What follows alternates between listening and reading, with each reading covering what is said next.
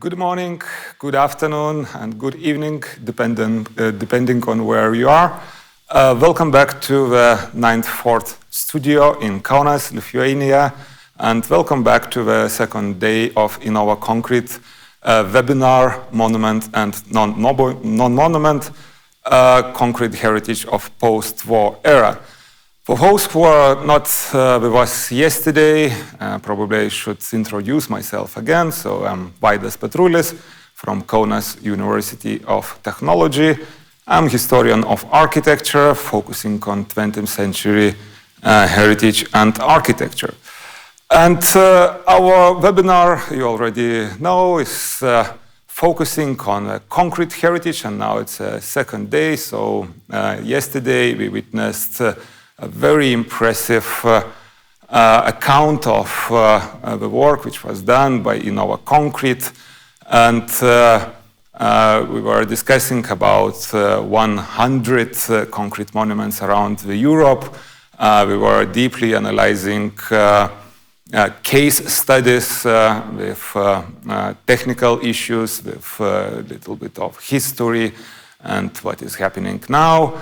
And also it was presented excellent guidebook for conservation of concrete heritage, which I deeply believe it will be a great help for all us who are dealing with concrete heritage all around the world.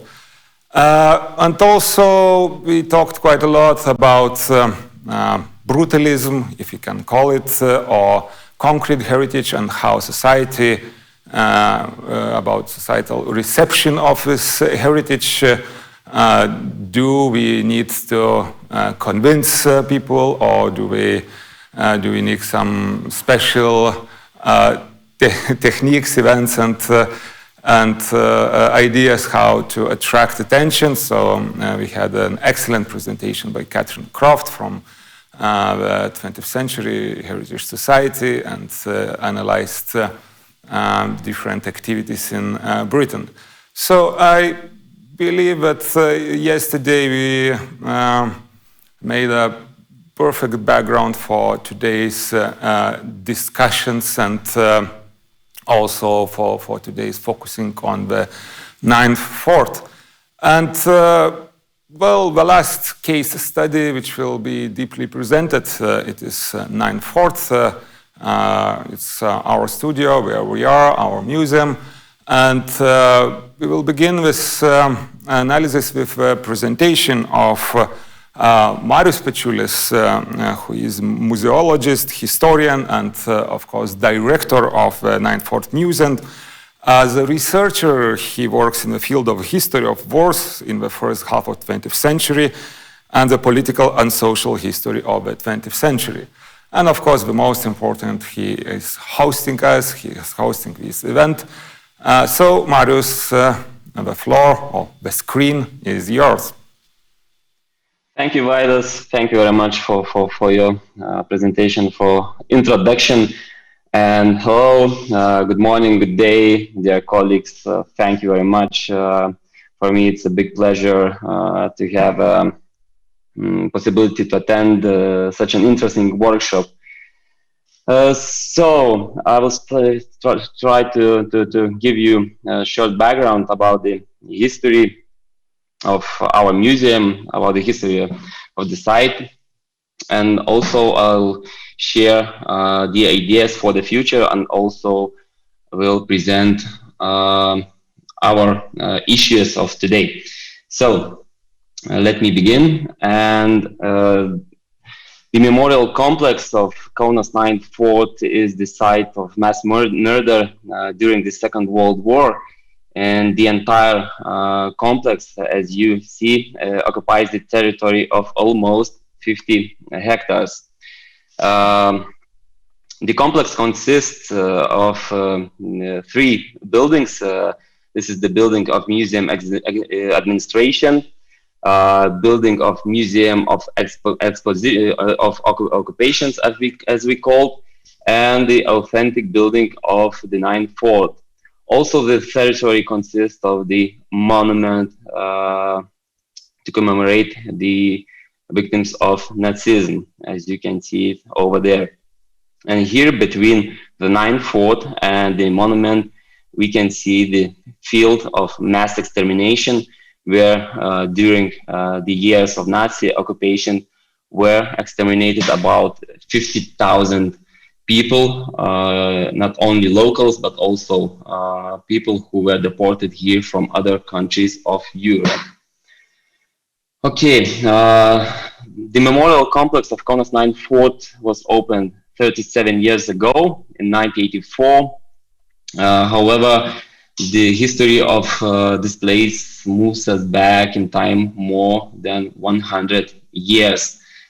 And here you can see the map of the 19th century. And at the end of 19th century, Lithuania was a part of Russian Empire, and KAUNAS had the position of a strategically important city at the border with Germany. Here we can see KAUNAS is located, and here we can see the border with the German Empire.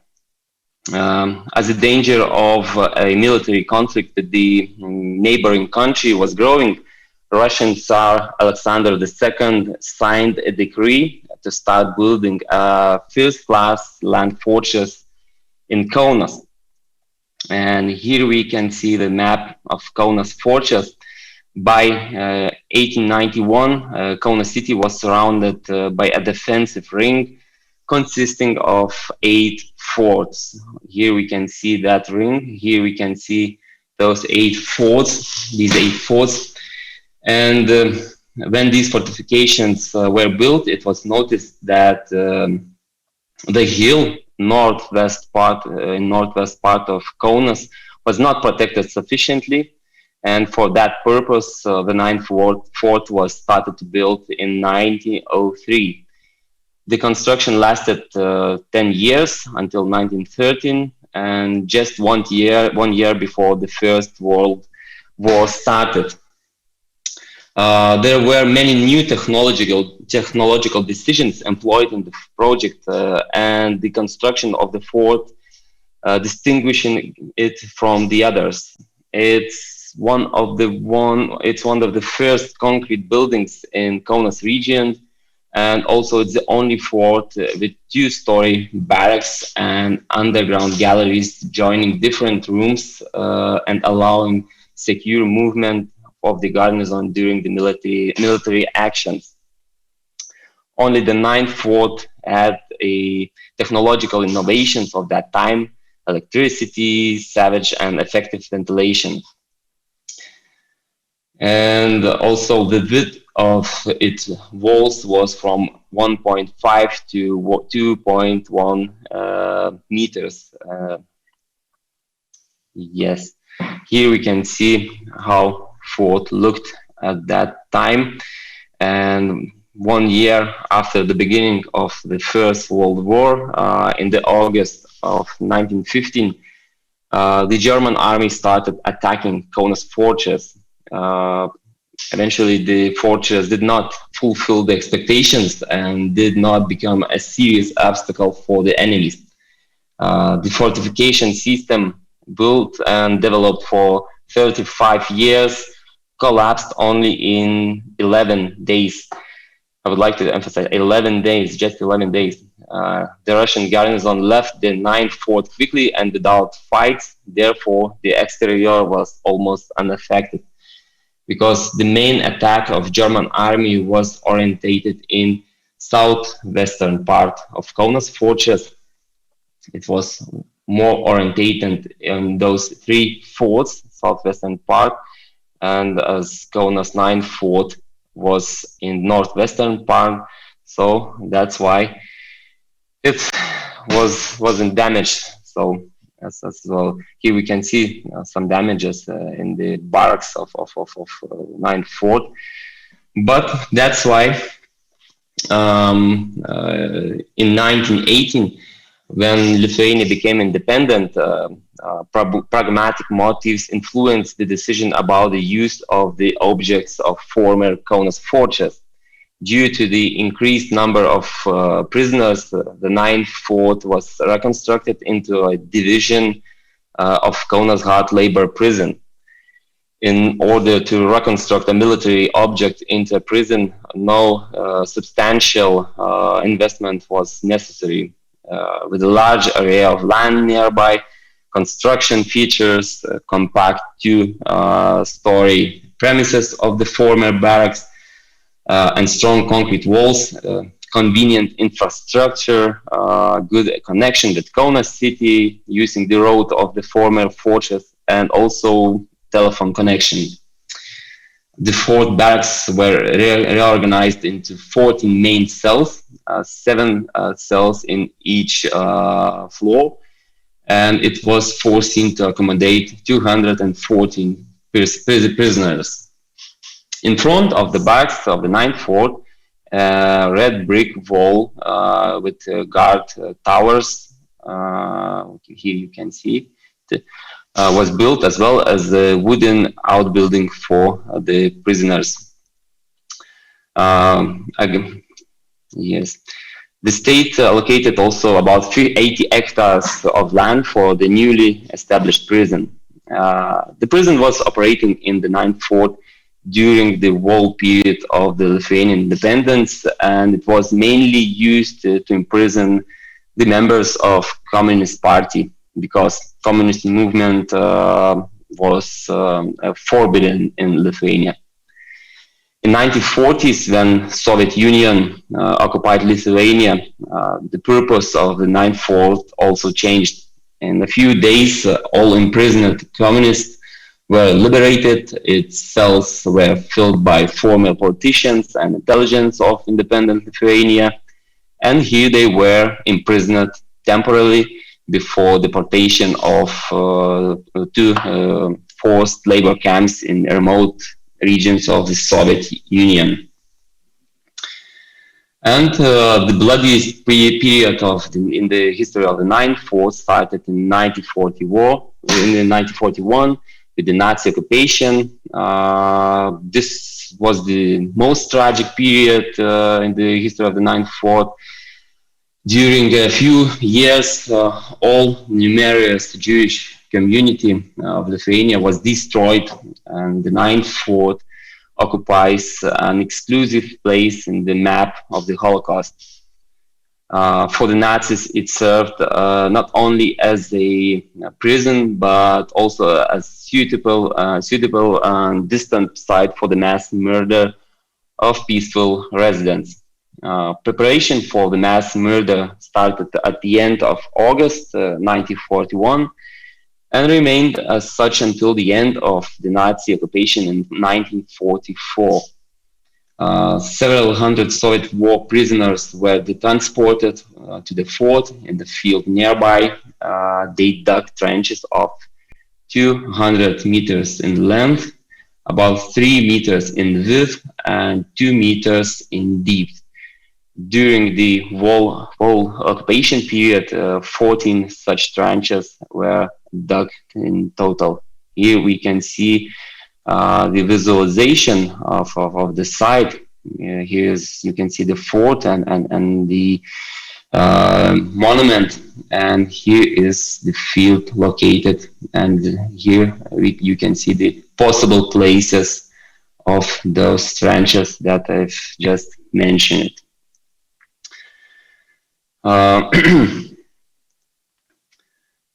The 9th fort is the only place in Lithuania where not only local but also foreign people of Jewish origin from such European countries as Germany, France, Poland, Czechoslovakia, the Soviet Union were killed. A precise number of killed people is still unknown.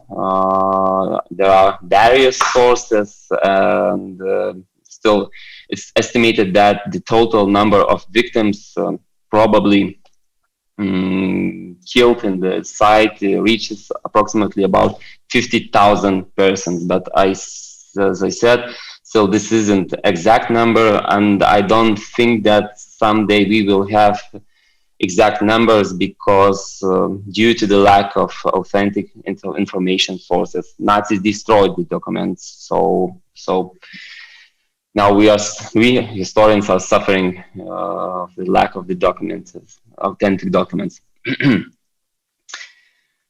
Yes, and by the way, I just like to emphasize that here we can see the authentic photo. This is the unique photo from that period. It's the about 42, the year 1942, 1943, and this photo was made by German Air Forces. This is the ortho photo, and here we can see the actual situation of the 9th Fort in the years of Nazi occupation. And here we can see the place of mass extermination over there. Okay. Coming further, since the Soviet came back in 1944, the 9th Fort was returned into this disposition of NKVD, and it was used again for their purposes until the 1948. As well as with the period of Nazi occupation, historians are suffering of the lack of authentic sources of information, trying to make some conclusions about that short gasket of Ford's history. And there are different opinions, but I didn't find any information to conclude that physically the prisoners were imprisoned in the 9th Fort after 1944. The logical reason is that the condition of infrastructure was really terrible, as you can see on a photo made in 1950s. So since 1948, the 9th Fort was used as more as a food storage because of conditions similar to freezer. And in 1958, the decision by Ministry of Culture of Soviet Lithuania was made to establish at the Museum of Revolution in the 9th Fort.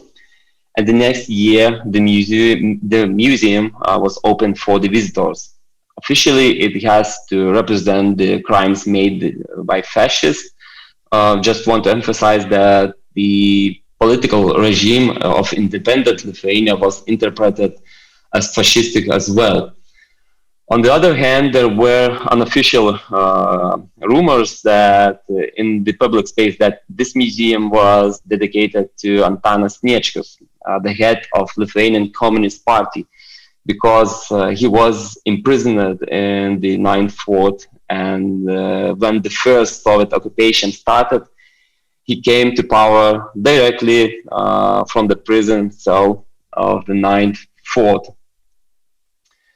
But the establishment of a museum was just the first step before grandiose plans to commemorate the site. At the opening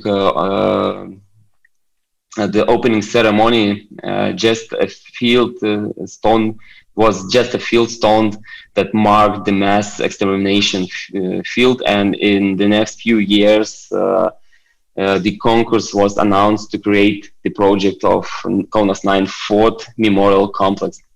In the photo, you can see the commemorational stone, and also you can see the first test of visualization of the space, how it has to look in the nearest future.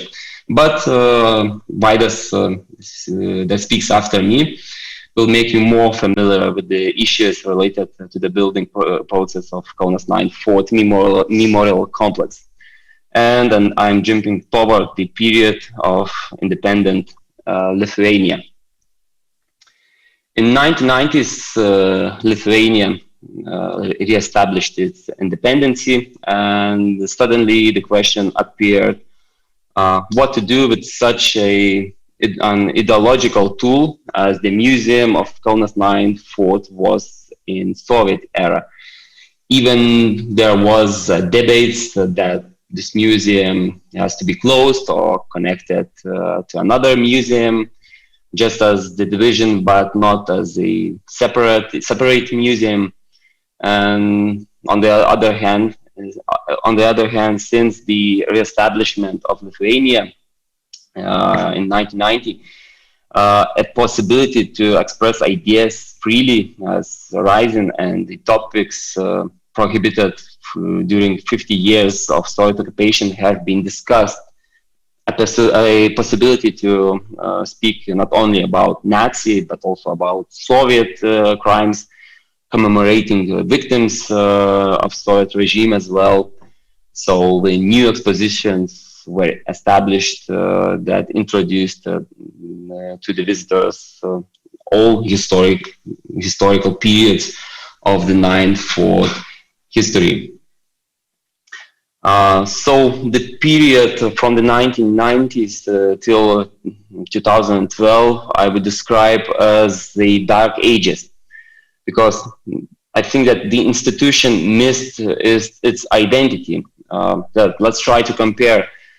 On one hand, thinking at the end of Soviet era, KAUNAS 9/4 Museum was one of the biggest museums with newly developed infrastructure in 1984, just in 1984, and in 1990s, just 6 years after of operation, it became a subject on debate on enclosure.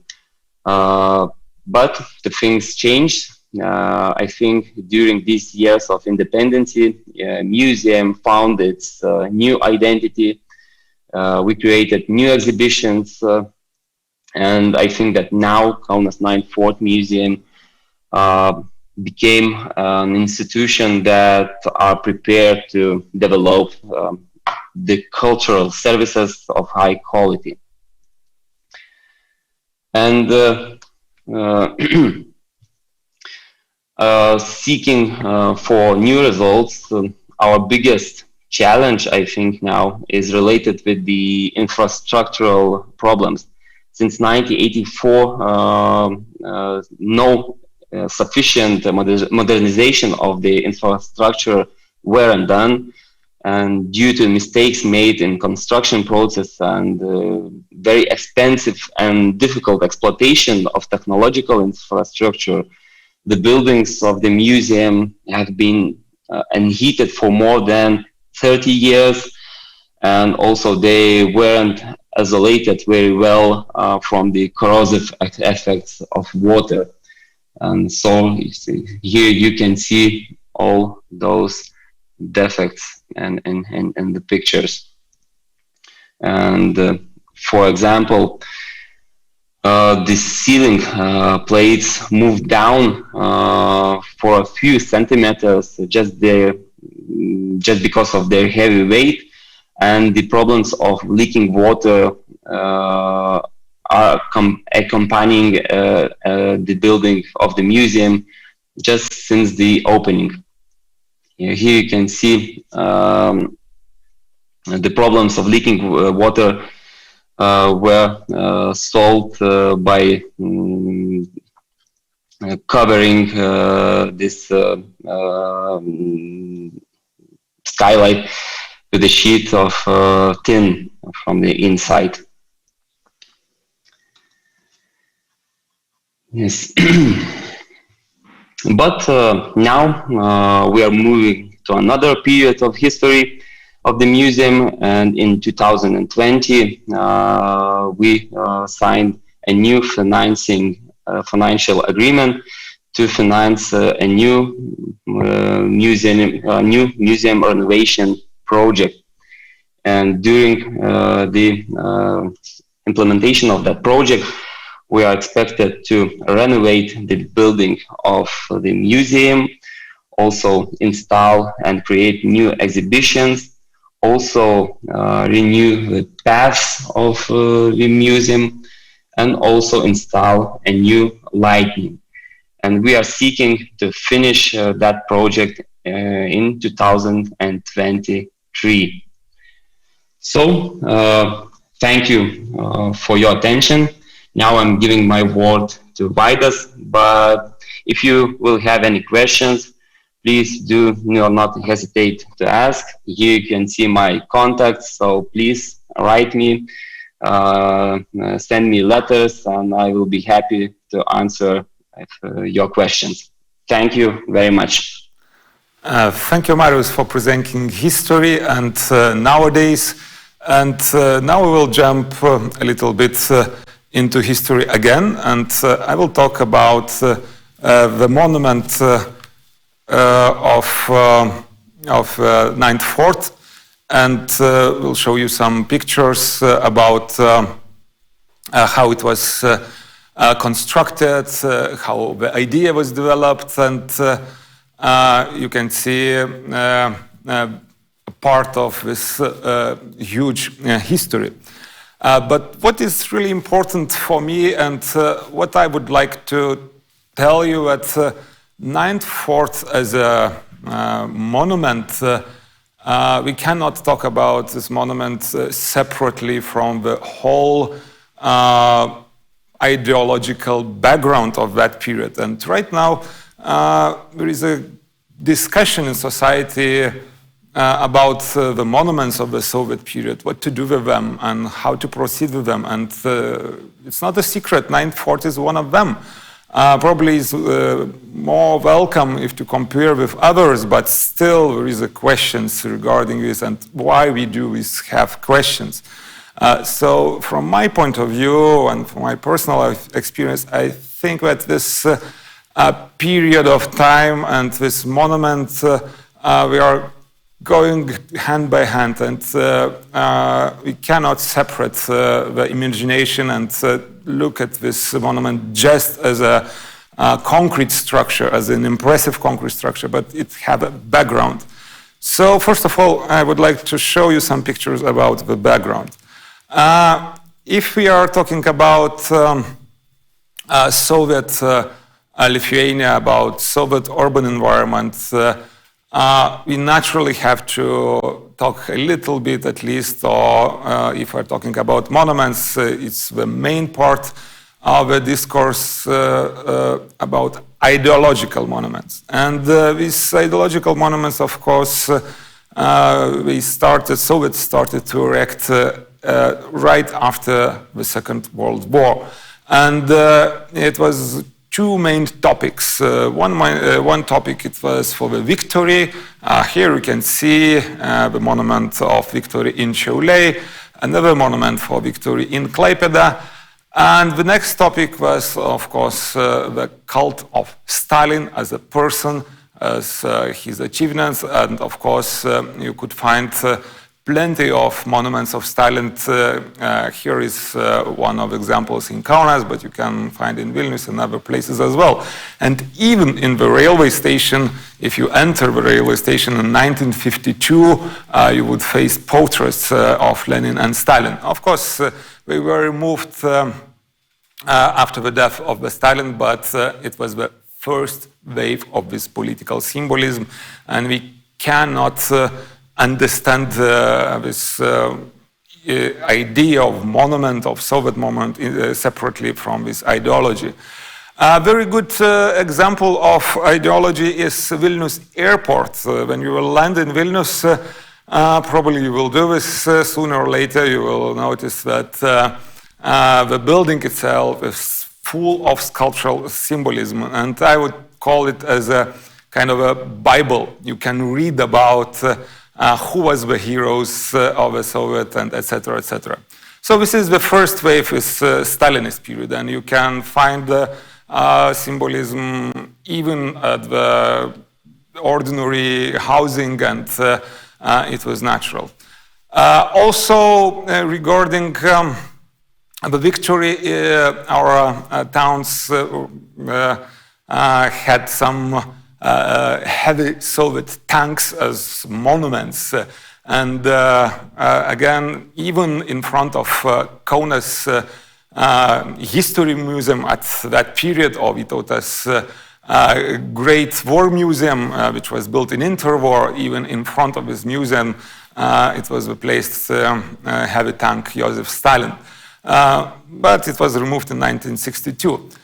So the whole context of early Soviets, of course, talks about victory, talks about Stalin, and later in 60s, with came of the Khrushchev, I would say we experienced a kind of change in this politics and this attitude, and the symbolism is not so direct. And here is one of the most famous monuments of the period, of Pirčiupiai. So it's grief and like the picture of mother, not a soldier, but still it talks about Soviet ideology, about peace, let's say. Or even in my university, in KAUNAS University of Technology, we still have the same scene with, I forgot the word with this bird. And so it's, again, it's still ideological, nevertheless, you can say this is just a girl and just a mother. And of course, we continue to build monuments for Lenin, for soldiers, and maybe they are becoming a bit more complex, a bit more sculptural, and not so directly symbolical as it was in the Stalin's period.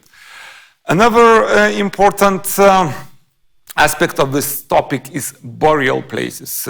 Just right after the war, of course, these places were very primitive, and you can see one of the rare pictures of, maybe not so rare, but one of the pictures of 1945, where the soldiers doing this process. But later, what happened later,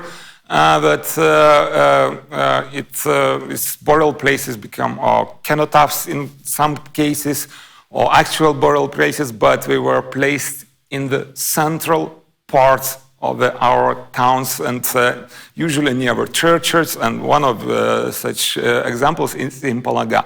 And what's our resort town? And what is interesting, these monuments now are protected as a cultural heritage because we witness, we are like grave monuments, and of course it's an important issue, not just political. But if you look from political perspective, you can imagine that this soldiers in 30 years after independence might look a little bit awkward.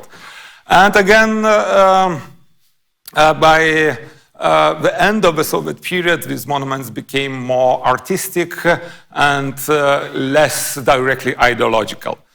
And the last part of the background is a large scale of monuments. The 9th fort, as you already see and as you can imagine, it's a huge structure.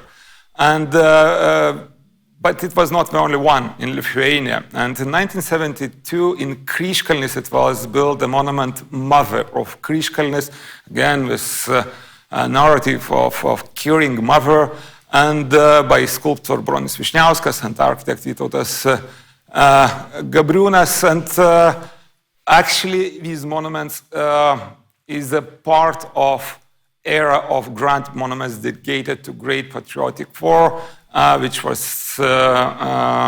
started in Leningrad, in Stalingrad, in Brest, in Kursk.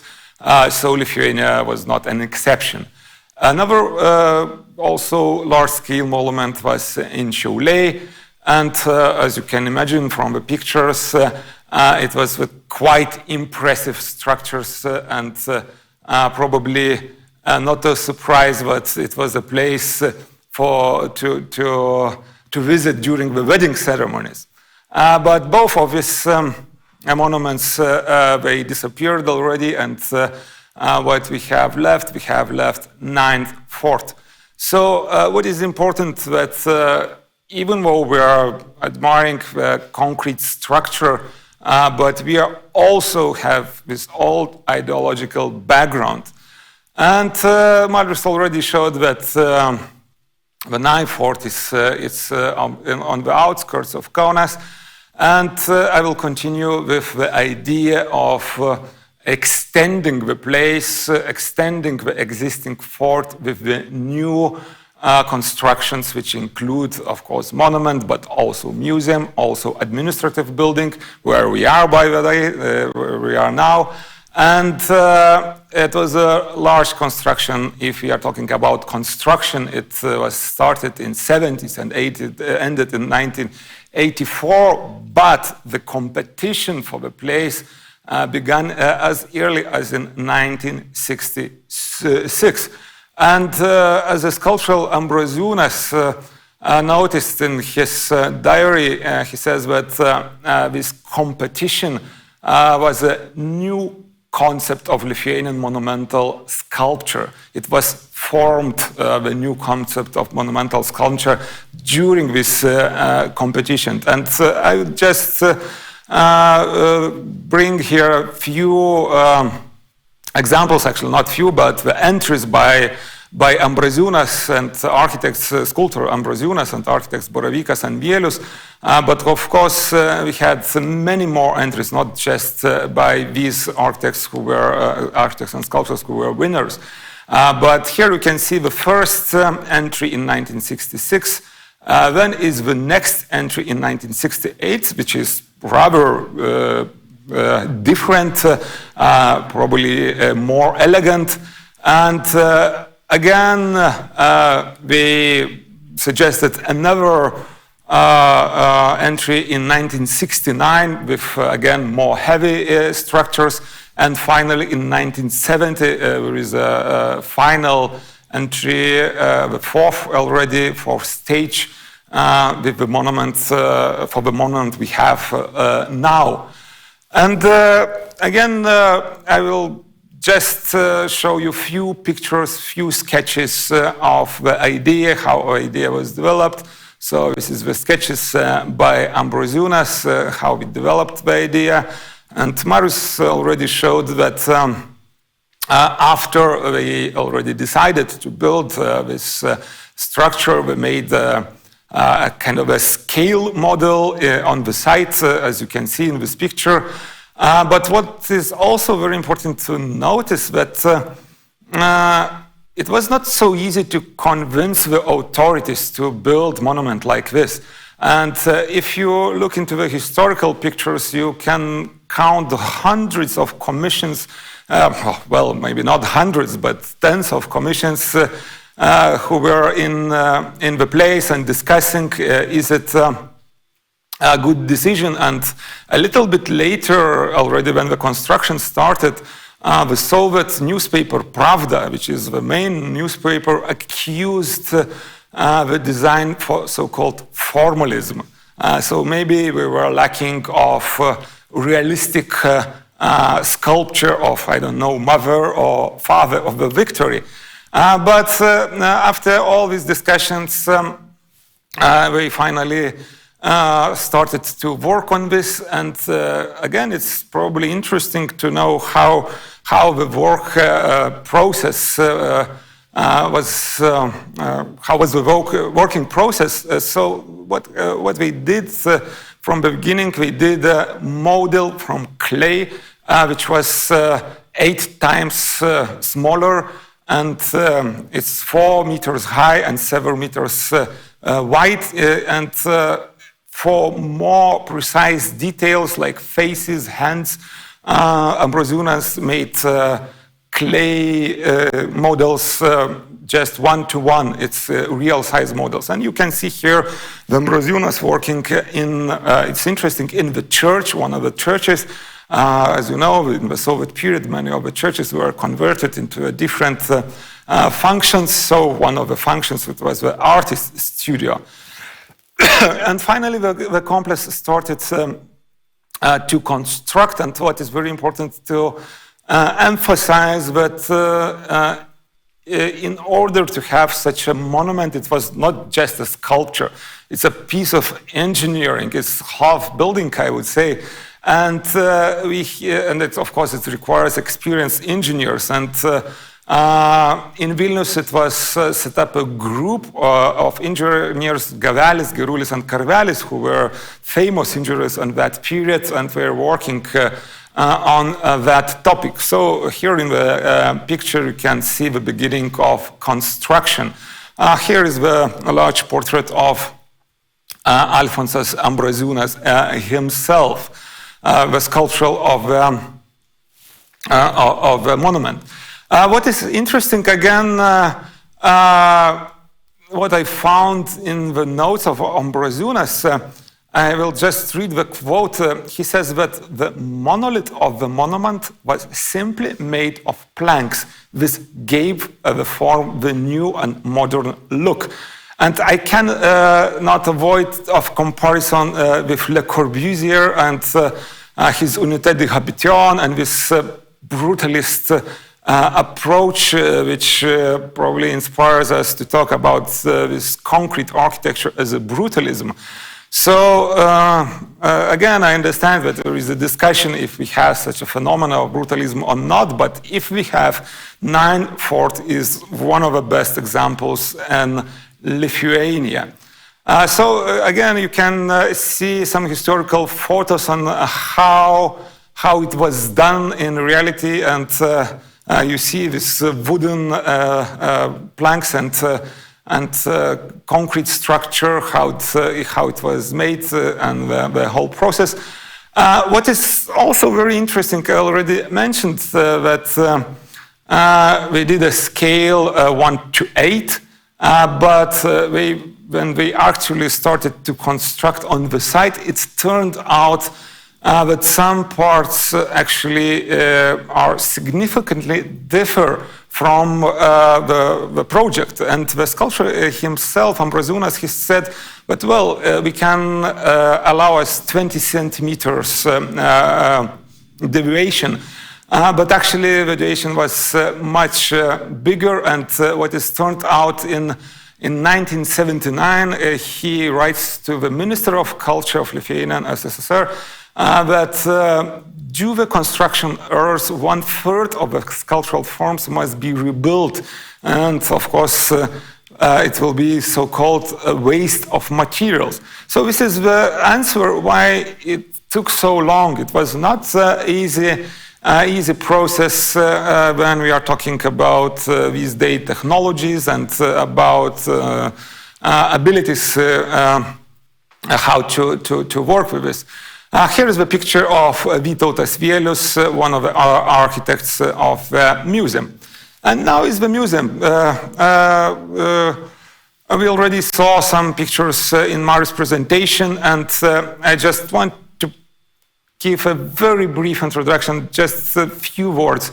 Actually, I always say that the museum is, it's not I say, it's naturally, the museum is a part of the whole complex, and the idea is the same. It's a kind of a brutalist sculpture, brutalist building, and there is a very thin line between what is exterior, what is exterior, what is sculpture, what is building. And here you see the model, and here you see the discussions and the construction process.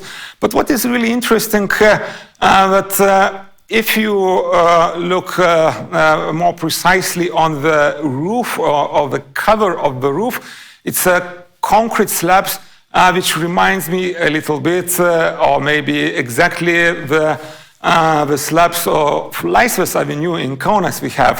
Or at least it was really unusual to cover the building with such material.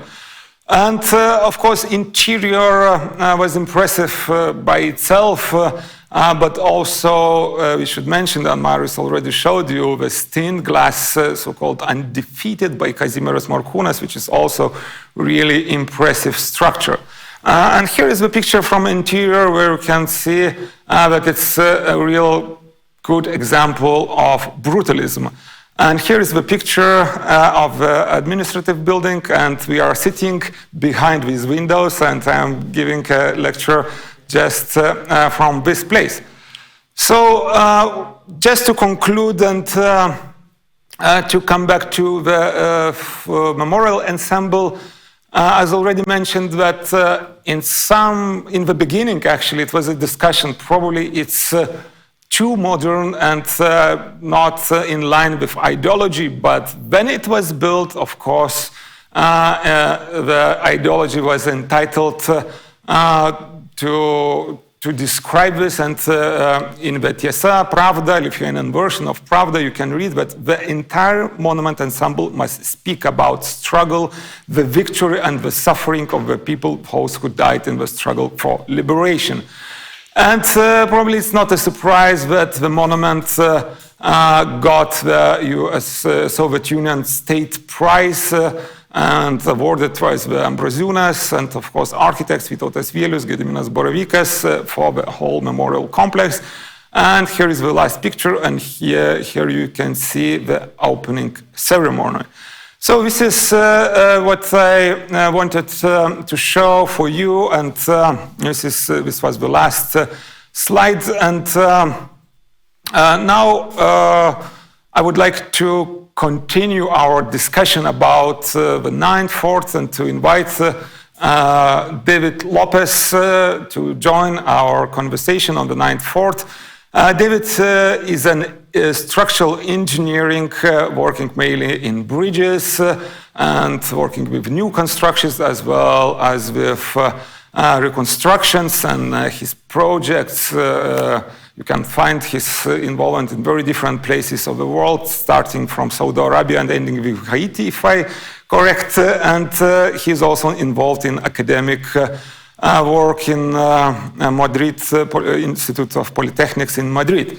But of course, for us, it's very important to have David as a researcher of 9th Fort Monument. So, David, welcome, and the screen is yours. Thank you very much, Vaidas. Thank you for your kind introduction. And well, I want to start by welcoming everybody. InnovaConcrete colleagues, but also all the rest mainly.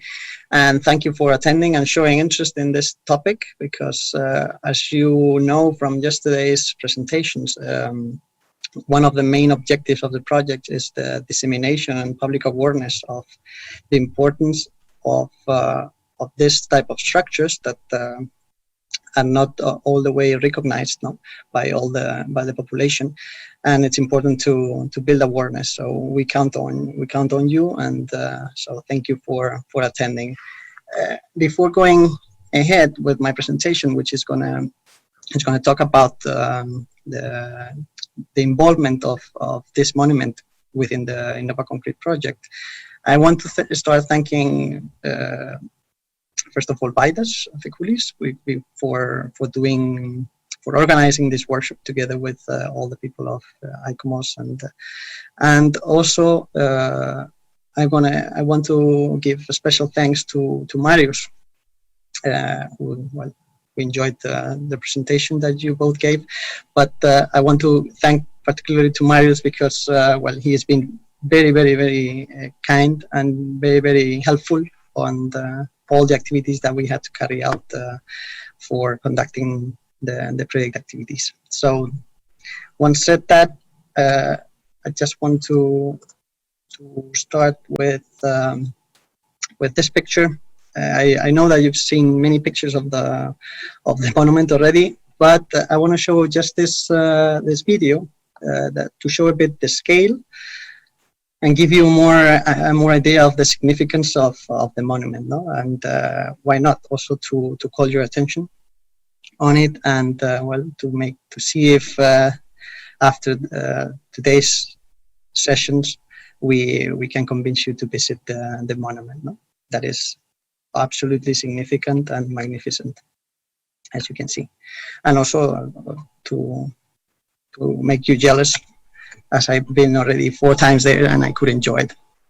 So before going ahead with my presentation, I just want to call your attention in that up to now the workshop has mainly focused in 2 of the objectives of the project, which were on one hand we had yesterday in the presentation the definition of the 20th century concrete-based cultural heritage.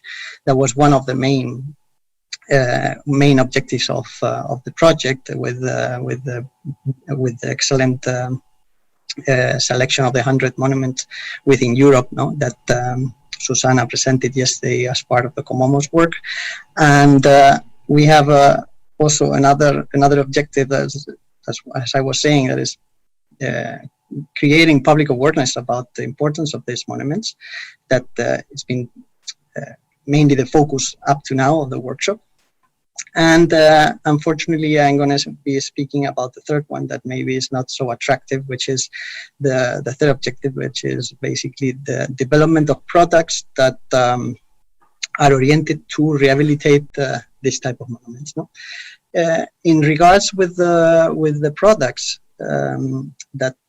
which is the process that we need to follow. No, when we develop a product, before it comes to be commercial, we need to follow a certain process. Such process is here summarized a bit, so you understand in which position we have our activities in the fort. No, first we start with the theoretical analysis and validation, which basically consisted in conducted physical models in which we represent certain parameters. Well, not us, but other people of the InnovaConcrete team, that they represent certain parameters of the products and of the concrete in order to confirm that the ideas of the product developers are feasible. Next, we pass to the laboratory analysis and validation, which basically consists in applying this type of products, on existing current mortars and concretes, more commercial ones. And as well, there are certain mock-ups built with properties of the case studies that we are analyzing that also have been analyzed at laboratory scale. And finally, we take it to the real cases, no? And we need the monuments or the case studies that we have within the project in order to validate in the real world if actually this works. And then it comes the possibility of getting the product industrialized if the results are good. Altogether, we have 7 monuments that we are using as case studies in order to do this process. No, so KAUNAS Fort is one of them. KAUNAS 9 Fort Monument, I mean. So I'm going to start by which is the role of the monument in the InnovaConcrete project. Okay, what did we do and why did we do it? No, as I was saying, there was a theoretical part and also a laboratory part. Well, we had a first stage which consisted in characterizing the concrete in order to provide input to the laboratory validation. What does this mean? Well, we did certain activities on site in order to obtain the concrete properties, be able to identify the decay processes and identify the damages. On one hand, to be able to build those mock-up samples that were analyzed at laboratory scale, but additionally, in order to detect which were the most suitable products that we are developing as part of the project to be tested in this monument.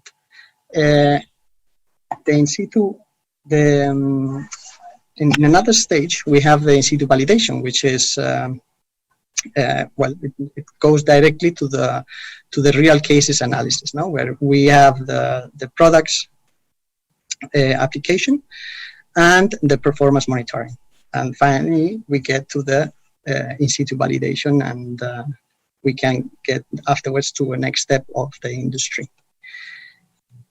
Before continuing, I would like to just go through a short timeline of our activities related with the 9th Fort Monument, which are, we started with the materials characterization that I was speaking before in August 2018.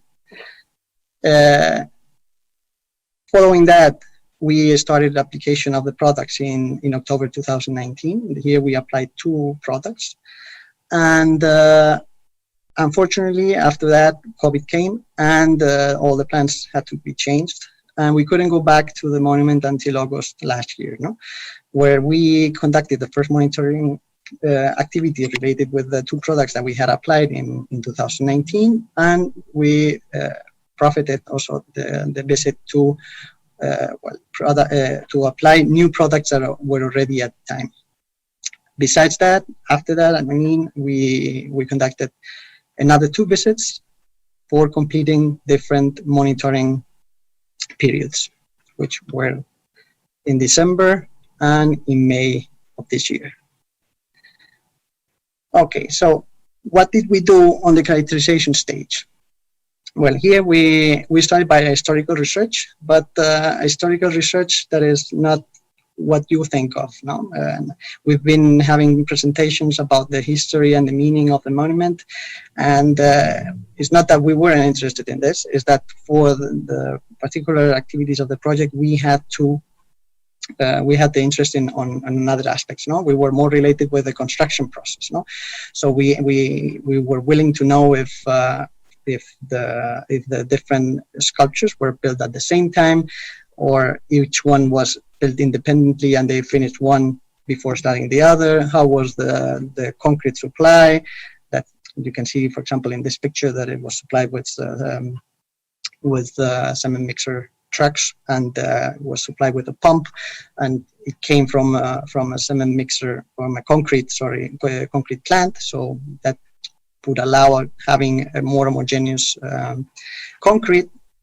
So we were obtaining different information from the historical research. Besides that, we conducted a geometrical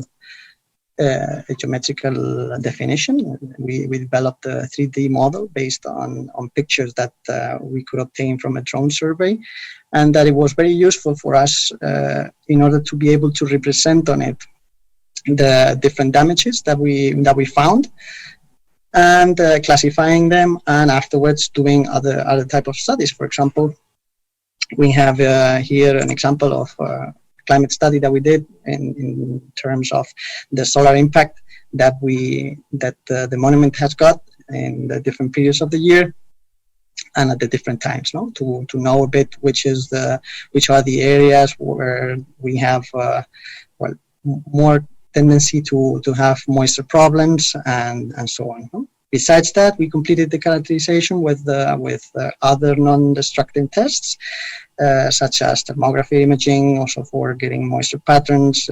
We obtained certain compressive strength values, and also concrete covering and the patterns of the reinforcement. And finally, we completed this characterization stage together with the help of Instituto Roja, conducting the structuring test. We extracted core samples that were analyzed at the laboratory, and interesting conclusions were reached. So at the end of the characterization, we could conclude that the environment into which the monument is subject to it's characterized by high precipitation and the existence of tall ice cycles, mostly all around the year. And this gets us an exposure class according to today's standards. No, we have from the historical research obtained that it took over 10 years to be built. So that means that depending on the area, we have different concrete properties, but in general we have a high quality concrete, and we have these values of density, porosity, and things. The important thing here was, from the laboratory analysis of the samples, is to detect that there was no active decay processes. No. And at the end, the conclusion was that the main problem, as Marius was highlighting at the beginning of today's sessions, that the main problem is the moisture, not the water. So we considered that this was a particular good case study for testing the hydrophobic product. And we found also some cracks, as I will show you afterwards, where we also tested other type of products that are being developed. So summarizing here, you can find the different products that were applied.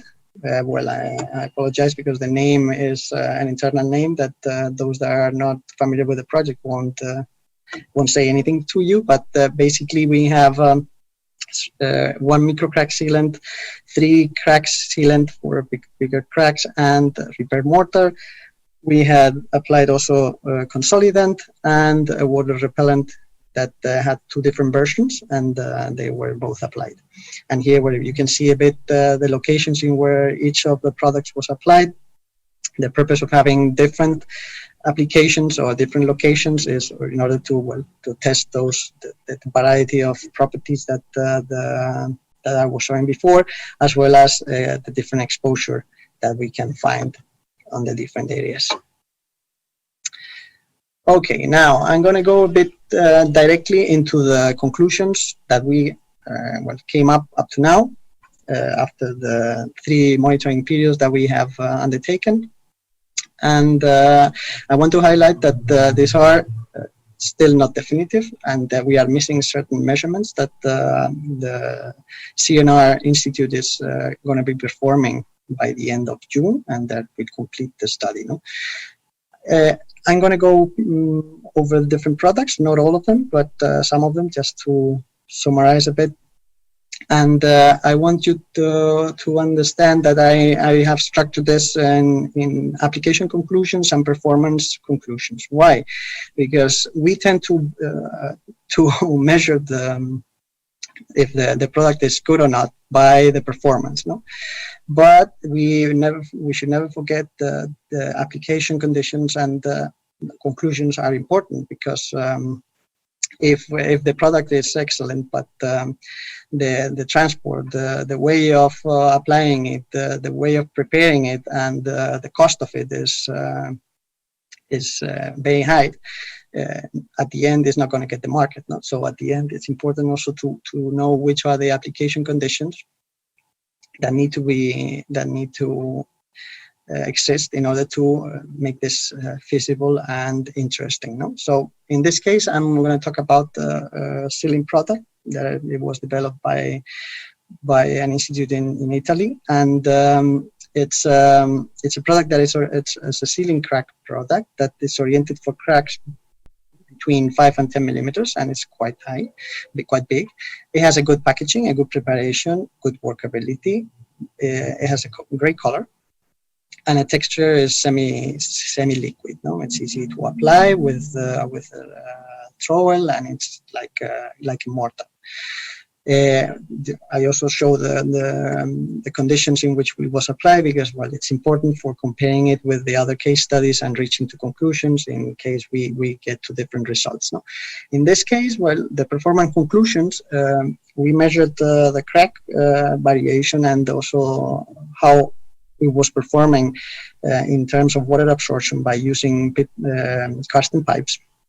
And in the case of the crack evolution, we can say that there was a significant reduction of it, but that well, due to the origin of the crack, that is mainly mechanical, and we believe that it has its origin due to settlements that are still not ended.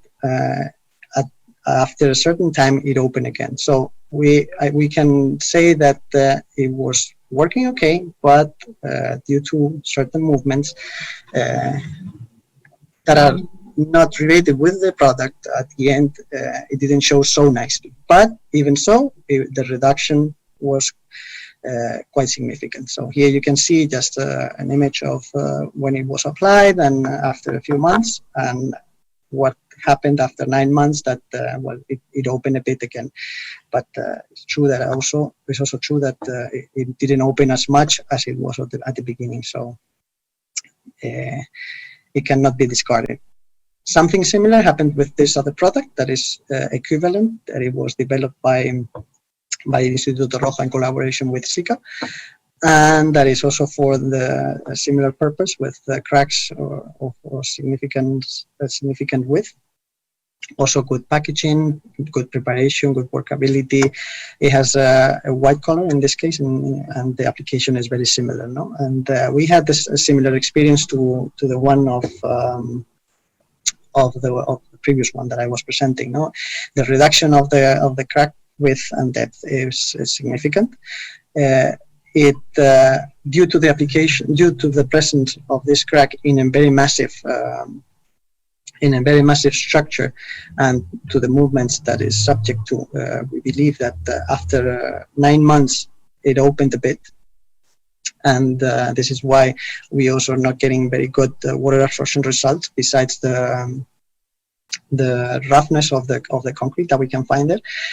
But we are expecting better results from the SUSI tests that CNR will be undertaking at the end of June. So I suggest you that you wait until the end of the project to come up with conclusions for these products.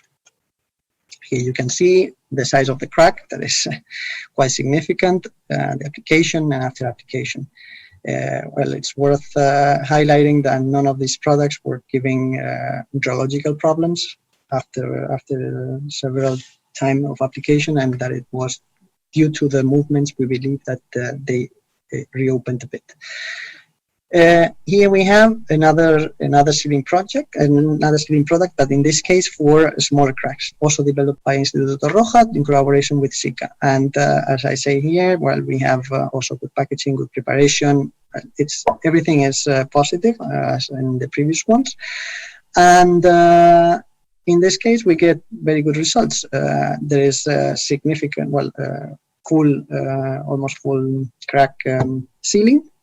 And besides having first a period that the measurement didn't come out well on water absorption, after 9 months it came very good. So well, we have tested also in 3 different locations, and we can validate the performance of this product. Here you have examples of the application and how it looks. Now this is a different product and for a different purpose. In this case, we are talking about looking or fixing the lamination problems. So here we have also the same. It's good it's easy to apply, easy to transport, and everything seems okay from the contractor's side. And in terms of performance, it also shows very good, because at the end, well, it improves quite significantly the compressive strength, and it gets improving. So at the end is what we are looking for, to improve the condition and seal this problem of the lamination that we had. I'm sorry that I don't have the pointer activated. I don't know if you can see here in the corner, it has the lamination problem that was coming out, and it was sealed with the product. It's true that we saw in a certain point that there was small signs of rheological problems, but this may be due to a problem in the application at that point. And I'm going to finish just with our star. I am super fond of this product. It's a water repellent developed by the University of Cadiz. And well, in terms of application conclusions, I have to say that the packaging is not extraordinary, because well, we had if you leave it open, it can gelify. But if you do a proper packaging, as we did thanks to previous trials and things that we did before going to KAUNAS, it can be handled, so it's not something problematic. The preparation is easy, workability is good. It has kind of a whitish color, but it doesn't show afterwards and over the concrete. And here is also interesting to know the consumption. The consumption is around 300 milliliters per square meter, and it's applied by brush, easy, or by spray, and it requires just a couple of layers. And within those 2 layers, we have the overall consumption of 300 milliliters per square meter. Well, here it's important to highlight the water absorption results that are exceptional. And I think that better than any tests, you have images, no? At the end, we were lucky in a way, to experience rainy days every time that we were there. And you can see after 9 months, it was completely dry, the surface in which it was applied. After 13 months, incredible also. And I don't know if you are ready to seeing this, but sit down properly and see after 18 months how it behaves.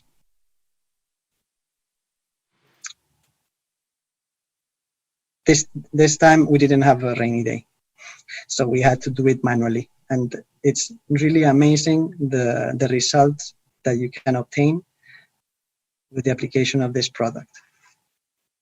So congratulations to those product developers, and thanks once again to Marius for being so helpful every time that we were visiting the site, and that we're doing our activities there. So thank you very much, and I give my word back to Vaidas. Thank you.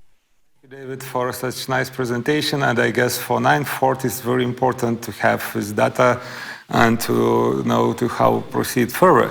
And now we are at the end of our session, but I right now would like to ask some questions which I found in our message column. So the first question is in Spanish, so sorry, I cannot read, but it's very short, probably it's more a comment than a question, but the next question is goes for Marius.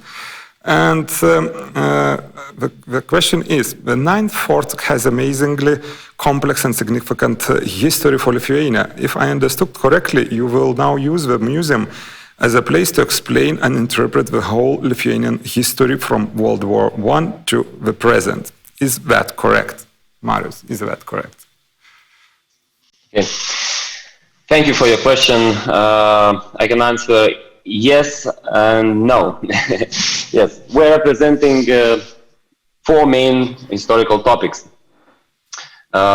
This is the history of fortification, history of interwar period, also history of Nazi occupation, and also history of both Soviet occupations as well. There was, as I mentioned in my presentation, in the nearly 90s, there were debates trying to find new identity of the museum.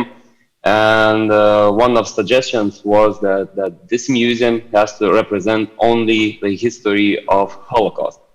But on the other hand, this place has his authentic relation with other topics, because all these historical periods that I've just mentioned has direct connection with the site. That's why the decision was made to represent all these 4 periods, and now we are doing this. But what we are trying now to do is we're trying to. Yes, there are some mistake or no? You can hear me or no? No, I'm here. Sorry, I just thought that I'm offline. Please continue. Okay. So can I continue? Yes. Yes, of course. Okay, thank you. So as I said, now we are trying to separate these topics, but separate them more physically, because we have different audiences. Some parts of our visitors, they are coming here to visit museum just for the topic of Holocaust, some because of the topic of fortification and etc. So now we are trying to separate those groups to create the services that would be dedicated directly to those groups. And also we are creating new guided tours that navigates and visit directly those exhibitions that our visitors are interested in.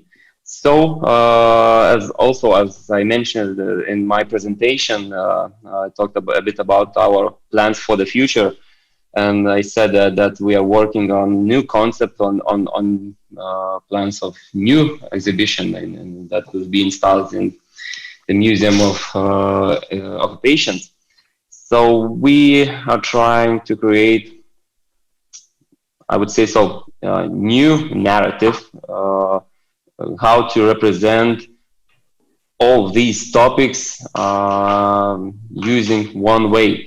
It's because, especially when we are talking about topics of Holocaust and the topic of Soviet occupation, there are some arguments between those 2 groups. And we are still searching for a right way how to represent these topics, how to represent these very emotional topics, and how to find the most appropriate way to find the direct way to the consciousness of our visitors. If I answered your questions, if you will have more, so please don't hesitate to write me, and I will be happy to give you more wider answer. Thank you, Marius, for your answer, and sorry for interrupting. And now the next question goes to David Lopez. Someone is asking, with the treatment of the cracks, will this not be a consistent issue requiring annual monitoring? So, David. Sorry, could you repeat the question? Because I didn't get exactly the treatment of cracks. Yes. Someone about cracks. Will this not be a consistent issue requiring annual monitoring? Yes. What happens that in this case, for example, we don't have a continuous monitoring of it. Okay, and I think this particular case study is not the best for validating the cracks, because it's very massive, no? And all the cracks that we could find, or most of them, they are mainly they have a mechanical origin. What I mean, it's not a consequence of durable issues. So as we don't know if the trigger, the mechanical trigger that causes the cracks is already stabilized or stopped, we cannot grant that the fail of the product is due to a bad performance of the product. So I think there are certain products that came out properly and that we can validate, and those that didn't come out properly doesn't mean that they are not doing well, because at the end the origin that we are trying to fix is not the mechanical problem. It's just we just want to seal, no? And as you say, for mechanical origins, we need to monitor with continuous monitoring in order to see the behavior of the crack. We have this implemented in other case studies, and it's being studied a bit separately. I don't know if I answered the question. I hope so, but the next question is much easier. If the water repellent is available in India? Well, at the moment, the product is not commercialized. So I suggest you that you get in contact with the people from the University of Cadiz.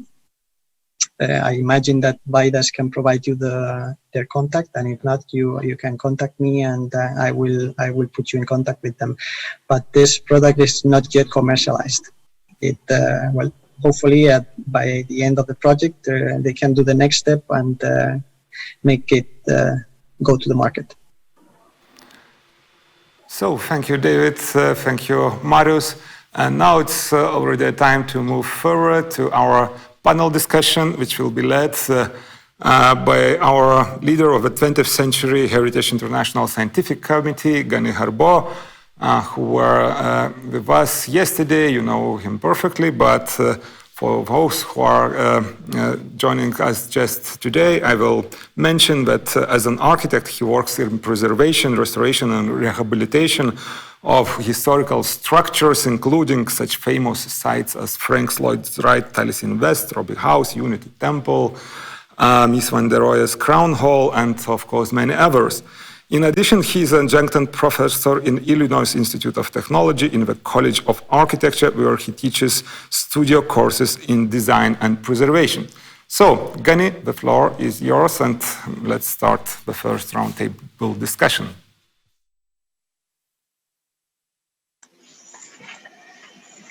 Thank you, Vidas.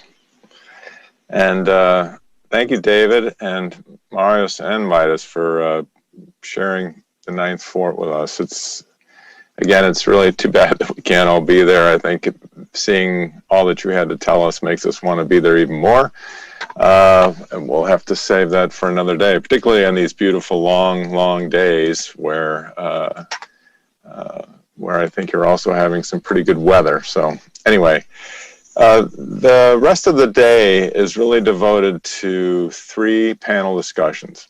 And the first one will be about the case studies, and the others will be start with a couple of short presentations on other topics, and then a more in-depth discussion. So I do hope that people will continue to use the chat box option or whatever they're calling it in the Zoom TV live stream so that your thoughts and ideas can get transmitted somehow to the group. But we are going to start with all of the folks that presented yesterday and include the Ninth Fort folks. I don't know how's the format going to be? Are you going to have everybody up to begin with so we can remember who's who? That's to the Zoom TV people. There we go.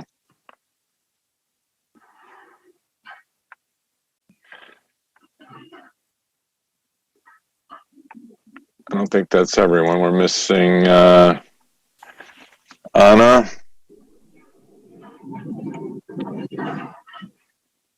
Or maybe I'm just not seeing everybody.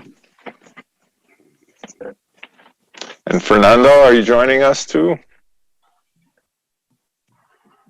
Yes, Gani, I am. Yes, nice to see you again. I hope I have good line. I'm not sure, but I'll try. That's great.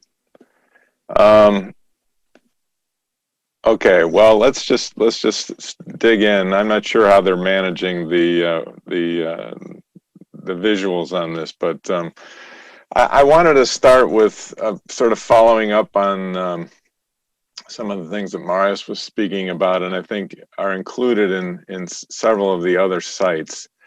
And that is, these monuments or historic places, they develop their meanings from sometimes very difficult or complicated ideas, complex, layered. It's not just one thing. I mean, in the case of the Hippodrome, it's a beautiful work of architecture and structure, and it was a place where people went to watch the horses and so on. And while it did have some involvement in being damaged in the Spanish Civil War, I don't know that there's a lot of challenging issues around its meaning in that sense. But some of these other places, particularly related to the war memorials, and as we just heard in KAUNAS's case, where you have this back and forth of who was controlling it, who was using it.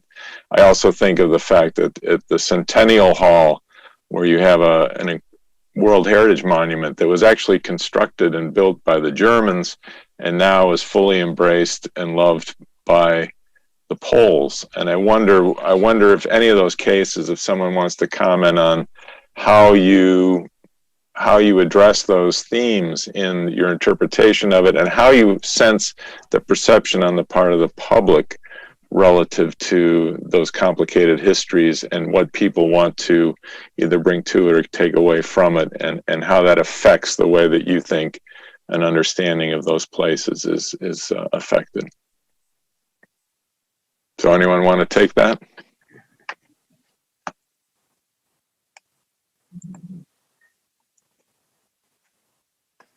Okay, maybe. No volunteers? Okay. Maybe I can try. Yes, please.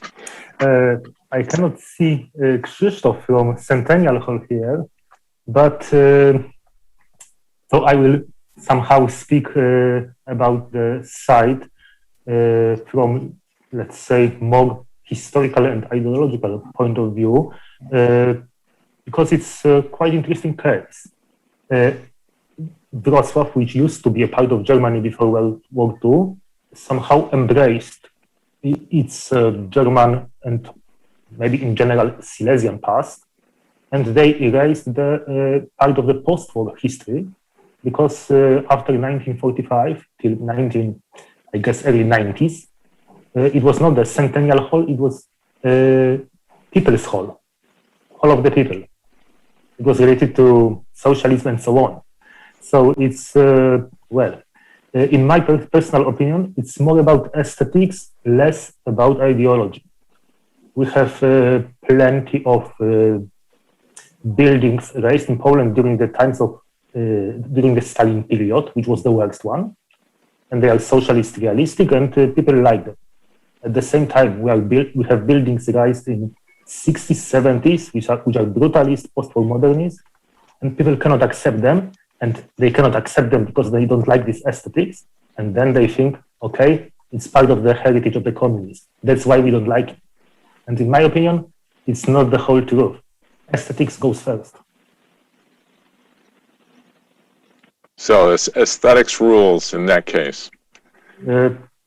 Yes, I think so. Yeah, I think maybe so. And also just sort of its impressive technological innovation for when it was built. I mean, you go into that place and you can't help but be impressed by what went into making it. So, I mean, in all these cases, and in the case of concrete heritage in general, which is why these case studies are so important, but each one, and we have to find ways to engage with the public and have them want to see these things continue, because it's only with their support that there's going to be that long sustained appreciation and want to keep them around. And I think that came through in Catherine Croft's discussion yesterday too, about how, you have to get people engaged in that. And one of the main purposes of this whole use of the case studies for the InnovaConcrete project, and quite frankly for these workshops, this series of workshops we've had on site at each one of those places, has been to find a way to engage with the public. Yesterday we heard several comments, including you, Blase, and others, that said that as a result of engagement or the promotion of the idea of the Innova project, there's actually been an increased or improved relationship with the viewpoint of the authorities who actually have the control, which I assume is also related to how it's perceived in the press and the local views of things. Are there others that, and we also heard that about Torricella Palenia, that the local people were very excited about getting such notoriety, and in Gijón as well. But what about others? Have you found similar kinds of engagement or feedback from just the general public? Gianni, sorry, Stefania will translate for me. Okay. Thank you. Thank you, Gianni. I will take just a minute to shortly summarize your questions and reflection to Maria Isabella into Italian. La prima riflessione di Gianni è stata riguardo il cambio che ci può essere stato nel corso dei decenni su monumenti particolari come i monumenti ai caduti o il monumento stesso di KAUNAS, dove la percezione nel corso del tempo e dei decenni può essere cambiata.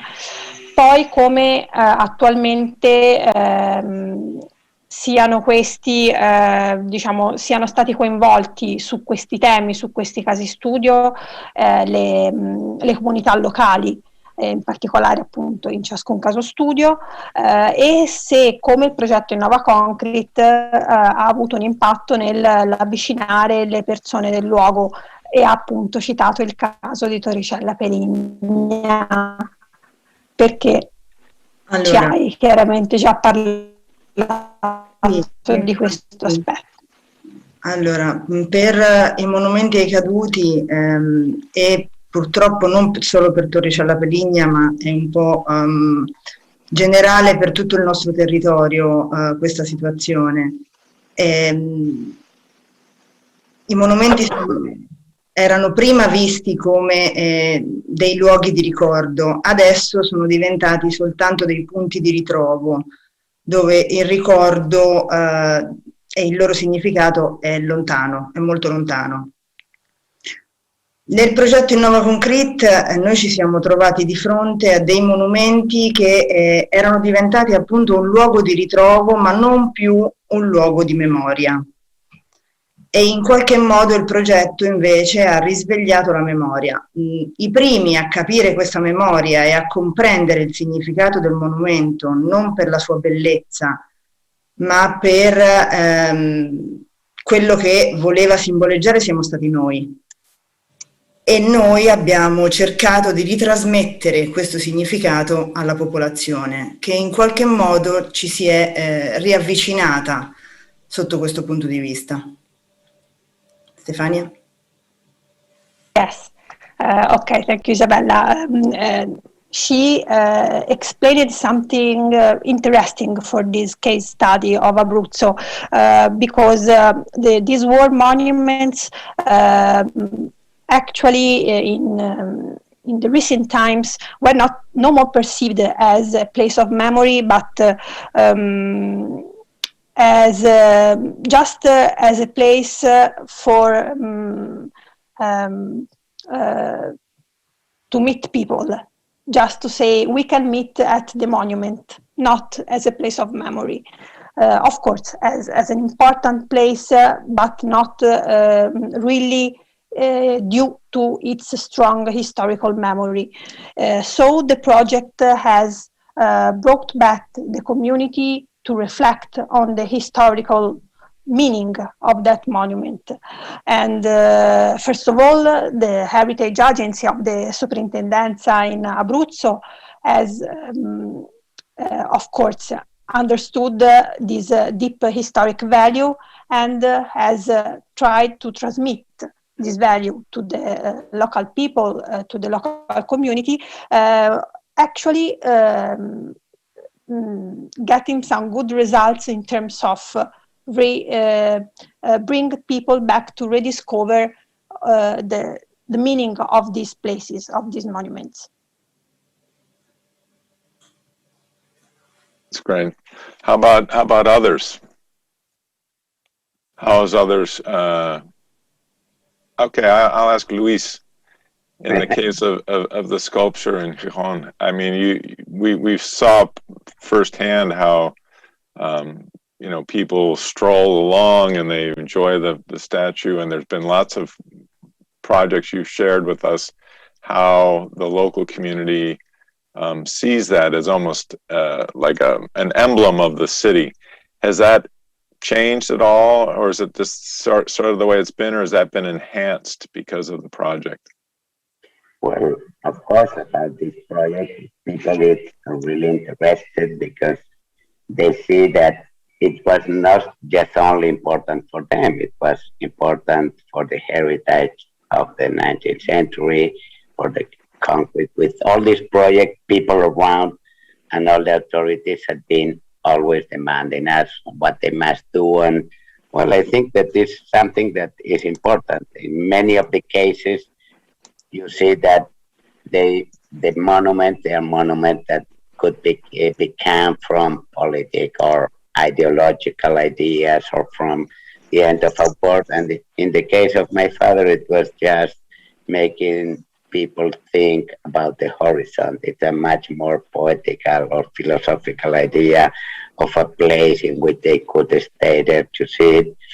But at the same time, this project was there because that was in long time ago, it was a place in which the people from Gijón were defending the city. It was a fort in which they have the defending place for the city. And that was why my father decided to make the peace there, because he always said that the military people, they always want to control the horizon to see who was coming.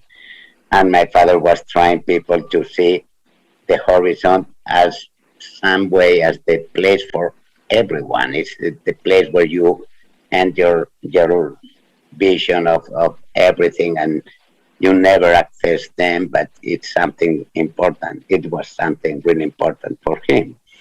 So in this way, we have different with other of the projects, but I think that that is the nicest thing of this project, because in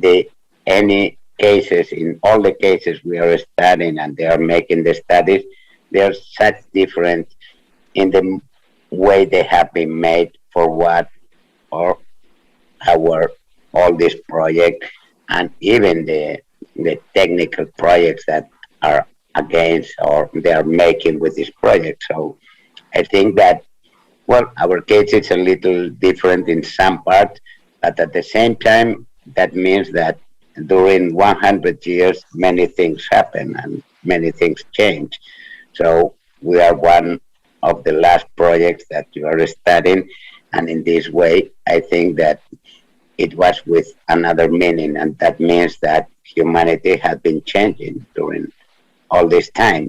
But also this heritage is important to keep it and to sustain it for the future.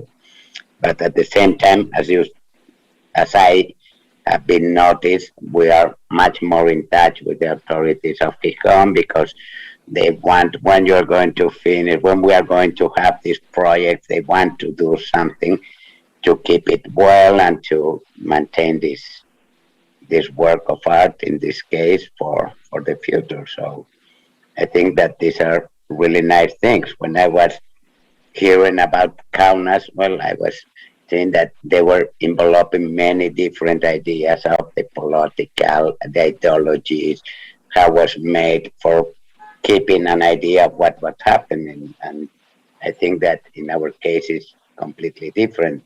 But at the same time, they were talking about the scale, a piece that must have on a scale, and in this case, the concrete appears because of the scale. So I think we have things in common and other things that are not the same. But at last, that means that we have had a century that it had happened many things around. Right. There is a question here. It's actually someone commenting on it says the ebb and flow of meaning in relation to these concrete monuments and structures over the last century is a way to characterize and understand our humanity. That these sites are as reference points of our humanity is central to their significance. Thank you for this valuable discussion. So at least someone's appreciating it. That's good. That's good. Okay. I have sort of more of a technical question or comment, I think, because in addition to the cultural aspects that we've been focused on, David gave a great presentation of the complexity of all that goes into understanding the issues of concrete and what's going on at these various places. It relates also to the document presentation that Kyle and Stefania made yesterday. I hope that the audience can appreciate how much effort goes into the analysis, the investigation, and the analysis of the conditions of what's going on, and then trying to figure out appropriate ways to treat it, whether it be a crack or the surface treatments that he was referring to. And just to be clear that all the sites have undergone very similar investigations. We didn't have time to go into that, and that's been covered in those other workshops and so on. But it's been a very thorough and detailed investigation, again, into all these places. I'm just wondering if some of the other sites that have done some trials, and again, one thing to remember is that these are just little trials. We're not wholesale applying materials to these monuments because no one knows exactly what's going to be the outcome after 2 years, 3 years, 5 years. That'll be something to come down the line. But are others finding any positive results that you want to tell us about? Gabriella, how about in Rome? Yes. Good afternoon or good morning. Okay, about the Flaminio Stadium, the situation, especially at the beginning of the project, was not so good because it was completely neglected and closed for many years. So it was not really recognized from the citizen as a cultural heritage. At least I'm talking about like the community in general. Okay, then not only due to the InnovaConcrete project, but also thanks to another project which is also addressed to the conservation and valorization of the Flaminio Stadium. Now the situation is different, so there is interest in restoration of the Flaminio Stadium, and now, okay, it was listed as a protected building, and now also the authorities and the municipality of Rome are discussing about how to use this stadium. So there are a lot of discussion, and the positive aspect is that now all the people are trying to find a solution in order to preserve and to reuse this stadium. Because of course I hope that a solution will be found by the authorities in this case. So part of that success then is just raising awareness, raising the recognition that these things are there and that they have an importance. And particularly when you can show that they're important to people outside of the local community, then they begin to take notice. I was involved a little bit in Florence with the another Nervi stadium, the soccer stadium in Florence, which was very threatened. They wanted to demolish it, and now they have changed course and are looking at ways to keep it and renovate it and so on, even though it also is a listed building. Do you know what's going on with that? Another great concrete building.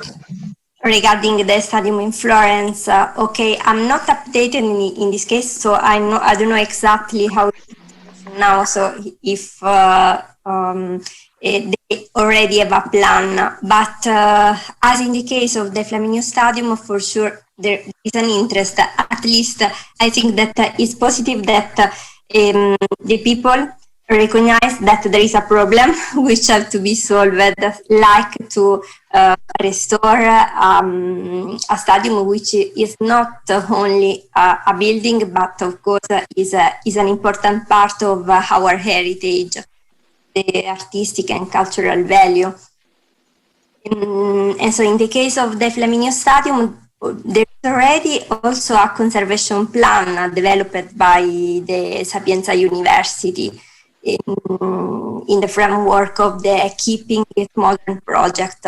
So in our case, we did the characterization of the material, and we have seen that the problems are mainly due to water infiltration and to probably to inappropriate intervention that were carried out in the past.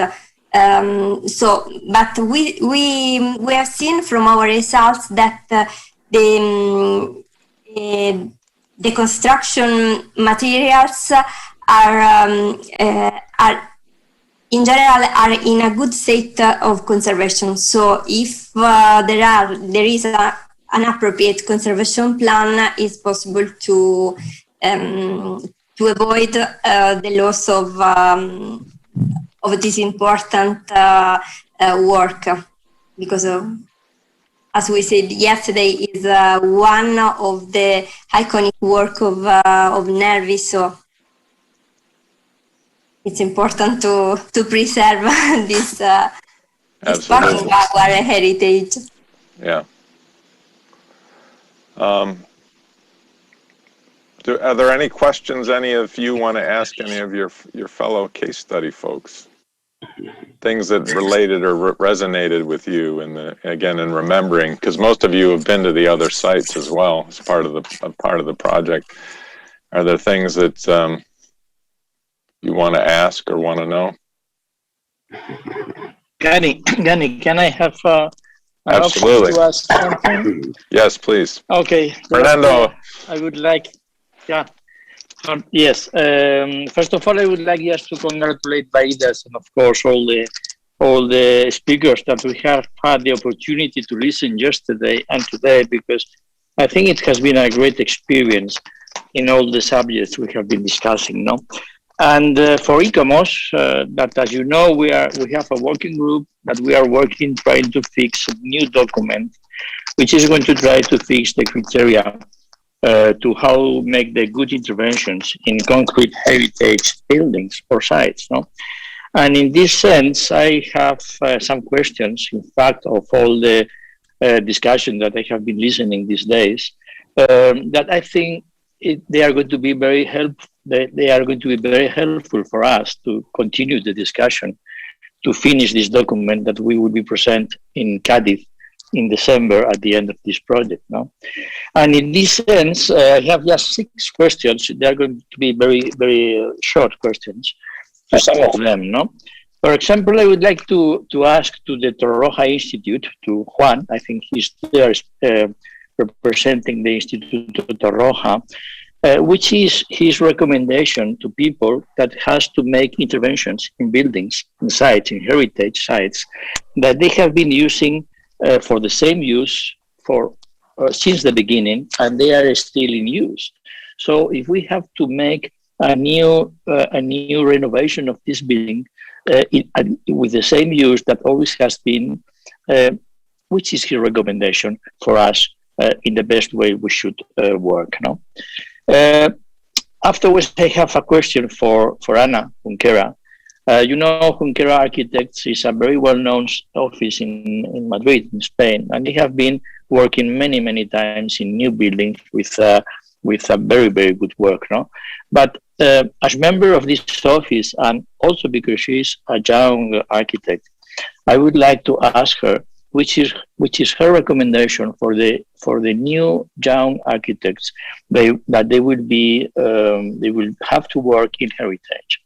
I think it's a fantastic way of working, not only in new buildings but also in heritage buildings.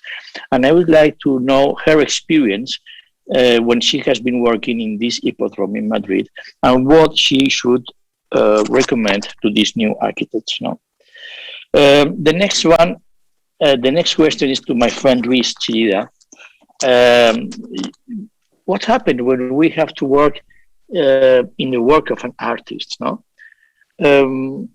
when his father explains that working with concrete is a very special experience, because you can make the texture with this material that you really want, and finally find with the time the patina that the time will give to this material. No, and when we have to work as experts cleaning this sculpture, or working in these repairing sculptures, how we can do it without losing the texture and the patina that the artist wanted to create when he created the sculpture. No?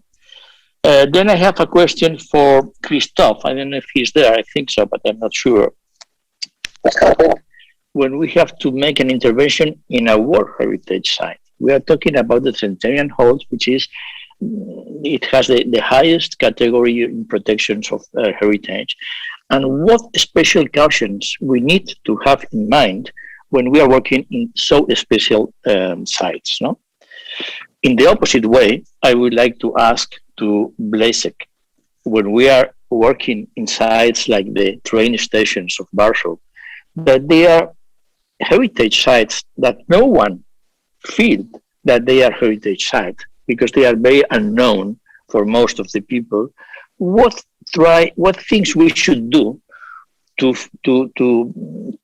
create this value in the monument, so that the people who is using every day the station, they feel they are in a heritage site. No? And the last question is for Vaidas or for Maristela. No? When we are working in a historical and cultural site that has such an enormous value in the historical point of view or in the cultural point of view, what we can do, what they recommend us to do when we have to work in the restoration of these places, trying to be cautious not losing this historical and cultural value that these special sites have. No. So I think if you could, each of you, perhaps, Jan, if you think it's okay, they could perhaps answer to these questions. I think it should be very good for e-commerce people to discuss afterwards in the next sessions in between us, perhaps in this document we are trying to fix. No? Okay, that's a tall order. Let's take them in order. That was Juan. I think you remember what he asked. Yes. Yes. How do you renovate? How do you rehabilitate a building like yours? And this is a great question. It doesn't need a reuse. You're still using it. So how do you do that in a way and this is do you hear me? Yes. Yes. Okay. Yeah.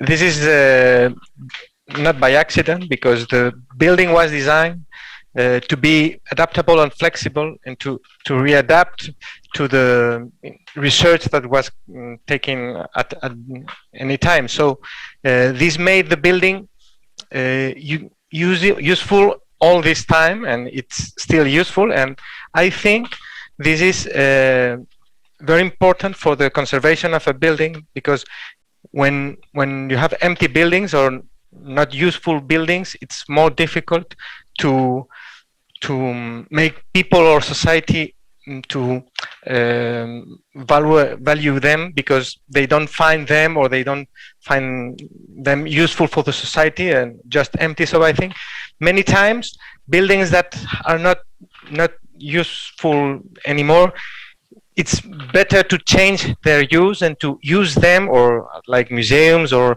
like anything, because this makes them it's more easy to conserve them, to maintain them, because they have a meaning. And if not, I think it's very easy that they decline and have deteriorate. And in the Torroja Institute, well, we have the opportunity to experiment also with this, because it's not the same use from its construction, but it's related to the construction in science and research. So we can investigate or apply experiment in every restoration we make.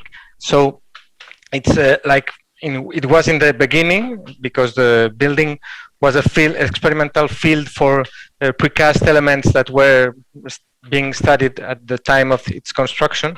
So now in a different way, but we can also experiment, like in this project, with different solutions, or try different materials, because we can analyze and make a lot of work beside the repair. So it's easier for us probably than for other buildings or monuments to analyze how the repairs can be taken or carried out. And well, I think that's all. Yeah, thank you. That's great. Yeah, keep it going. Keep the use going, and keep the building occupied, and take care of it. I mean, we heard a lot yesterday about buildings that have, or the lack of maintenance, deterioration, especially of concrete, occurs when you don't deal with when it first begins to present issues. You need to deal with it right away. And I think that's one big lesson that we're definitely going to get out of this whole exercise, is that if you don't take care of it, if you don't watch it investigate it every year, or at least inspect it to see what's going on, you're going to get into some problems. So Anna, I think the next question was to you about how do we get young architects excited about heritage? Okay, thanks, Fernando, for this question. I think the question was more about how to start working with in these situations. Of course, not every day you have the opportunity to work in a building like the Hippodrome, La Zarzuela Hippodrome. So this was really special for the whole office. Jerónimo has a big experience in rehabilitations, in protected buildings, so it's also important to have this background there, of course. And Leonardo Fernández Troyano in the Hippodrome was really important as well, no? What I would like to highlight in this process is the first stage of the process, that should be a very important, not very important, a very deep documentation process of where you are working on. You need to analyze and to get to know really well the project you are working on. And this makes you the feeling, or gives you gives you the power to know where you have to intervene, what you should do. Yeah. It's difficult to explain, but I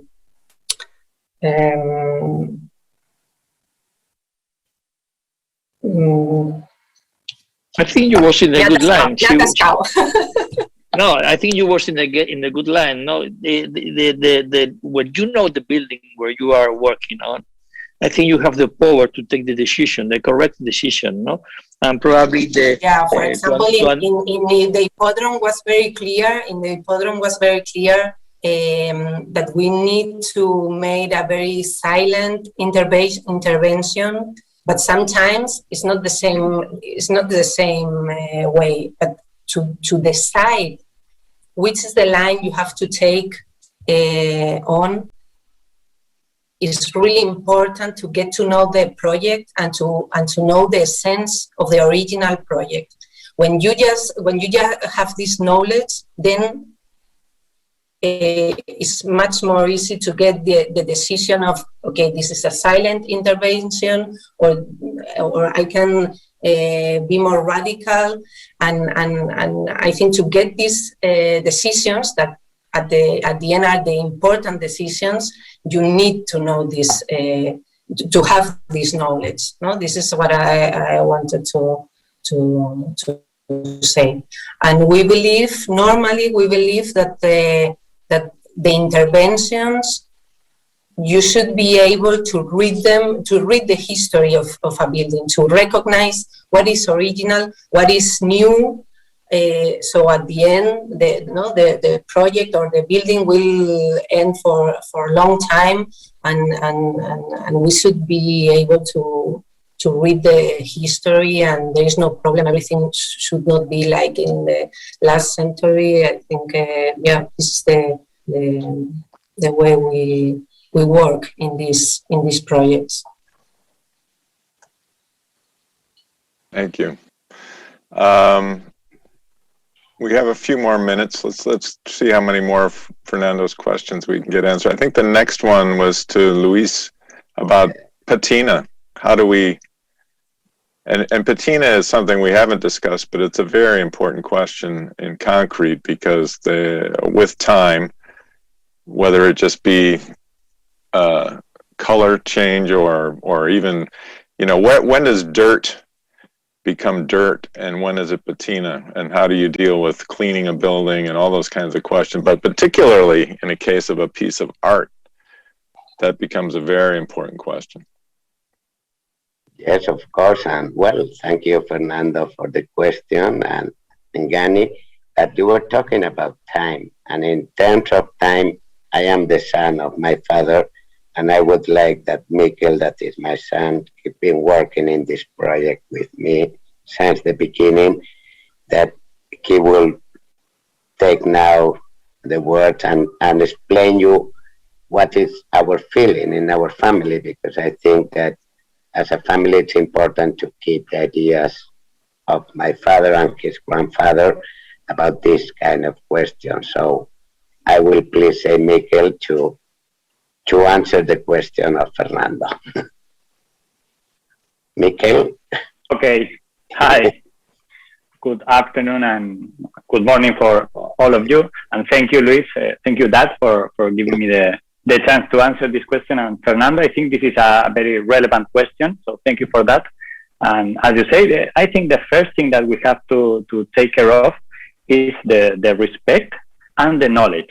I mean, when we are talking about art, first of all, and I think art and architecture is another kind of art. So when we are talking of this kind of heritage, it's very important that first of all, we have to get the knowledge of what the artist wants with his work. So once we understand which one is the goal and which one is the way he wants to arrive to this goal, it's time to work over it. So once we have the knowledge, we have to work with a lot of respect. In the case of my grandfather, Eduardo Chillida, for him, the time was something really important, not just in the moment he was doing things, but also in the time of the work. He used to say that humans, we have our time, and the art, the work itself, the art piece, has its own time. So we must be very careful on things we do on and these sculptures, because we have to respect the artist's ideals. So in this case, the patina, as you say, the color, everything is changing. For him, this was something really valuable. It added value to the work. So for us, what we have to take care is about conservation, not about restoration. For us, it's very important to preserve the work as it is, but not to add things to it as to take time back again. And this is very important. So something that, for example, should be done is, first of all, try to minimize the impact of time, but never get back to time. In our case, I think this is something very particular. Each owner, each one of the let's say, the people who is in charge of heritage has to check each case as an only one to be able to arrive to the good answer to the question. And I also would like to add just very quickly, I will say that this work, how this project has done something very interesting in our case, because the public administration in Gijón, we have get a lot of contact. We have reconstruct a lot the contact with administration through InnovaConcrete, and the society of Gijón has also, they have get this idea of not just the work itself, but also the concrete, the material. It's something very valuable for society, and it's to add value on it, and that is what makes heritage. And I think the first thing we need is to add value on the work, on the material itself, so people will be more careful once they work with it, because it seems easy also just to clean graffiti, these kind of things, without taking care of what is the material. The material is really, we have to take it carefully. We have to work on it carefully, because each thing you do, it's a mark for the rest of the life of the work. Yeah, it's very true. I'm glad I was going to actually ask that as a question about, it's a little bit hard to answer, but you just did. How much, in the sense of the public perception about these places, how much do people think about them being concrete versus just being what they are, just as a place with other meanings and all that sort of thing? And how much of it actually, the idea that they are made of concrete, does it resonate with them? It's hard to miss in your grandfather's sculpture. It's hard to miss that it's made of concrete. So I'm not surprised that they're getting the message, which is great. That's really one of the important things we want to transfer. But I think in some other places, for example, Blase in those beautiful little stations, all of which have their own little sculptural expressions, and some of them are really, well, they're all quite beautiful in their own little ways. I think Fernando asked a great question, and how do you get the public that walks through those things every day, how do you get them to stop and realize what they're seeing is something, not just a utilitarian thing, but something that actually brings more to their life, or should bring more to their life than they necessarily recognize? Well, I see there's complex action, including different activities. And first one, the very, very basic one, is, let's say, removing the negative effects of some transformations, because concerning, for example, those stations in Warsaw, if we have this concrete roof covering the glazed pavilion, and the glazed walls of pavilion are covered with advertisements, with some posters and so on, then the idea is totally unclear, and it's hard to imagine that somebody can see this idea and see the beauty. So those very, very basic, let's say, cleaning activities should go first, and at the same time, well, some kind of public educational promotion, maybe by putting some panels, information panels, maybe by using media. And I have to admit that the person who is the conservator in Warsaw at the moment is really, really aware of the power of the mass media. And when he listed the stations in Warsaw, even if it was a pandemic time, he made it at the central station with the public, with some politicians, with a lot of people from the media. And of course, then people see, okay, it's a part of our heritage. Maybe we should try to look at it slightly different. The same thing was with the with our case study. A really small structure. When we started our works on the site in 2018, people were surprised that somebody is interested in it. And after a few InnovaConcrete, let's say, promotion materials in radio, in some papers, people were, taxi drivers were stopping by because there was a parking place for them, were telling us, do you know it's a part of the heritage? Do you know it's a monument? Yeah, of course we know. But we really saw it during those 3 years that those media activities are very, very important.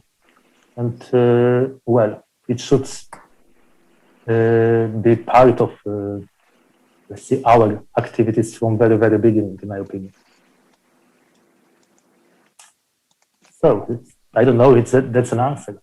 No, that's great. That's great. That's great. I think that that's a lesson for everyone, and it seems where there has been a concerted media attachment to this program, where the project has been publicized and people read it and see it and they go, oh, we have something here that people care about other than themselves, and they begin to think it has more value, which is important. And it as I said at the beginning, I mean, it's only going to work. We're only going to be able to keep these things if we can get the public engaged, because it doesn't matter. I mean, we're all, as we say in English, we're preaching to the choir, in the sense that all the heritage professionals understand why these things are important, but they only really have meaning to the populace if you can get them to see something in it. It doesn't have to be, they don't have to understand the whole complexity of it and all the arc of meanings, but if they can get something out of it and see that it has value to them and to their children and somebody in the future, that it tells that story, then we have a chance of having these things to be around for a very long time. I hate to cut it short, because I think I've enjoyed hearing these different views, and that was the whole purpose of this thing. But we do have a full afternoon or evening coming here, and I wanted to give people, we didn't actually plan a break, which was a mistake in the original schedule. So I want to give people a 10-minute break to get a drink of water or a snack or something. But I also want to tell you that there's been a change in the program, in the sense that we are switching the what was to be the second panel moderated by Kyle, the Reinforced Concrete Monuments, Intentions, and Consequences. That will be the last panel, and what was the last panel, Conservation Strategies and Reuse, is going to be the next panel, and that has to do with some scheduling conflicts with some of our speakers. So if we can reconvene here in 10 minutes, so at 20 minutes after the hour, we will begin with our session on conservation strategies and reuse of concrete buildings or concrete heritage.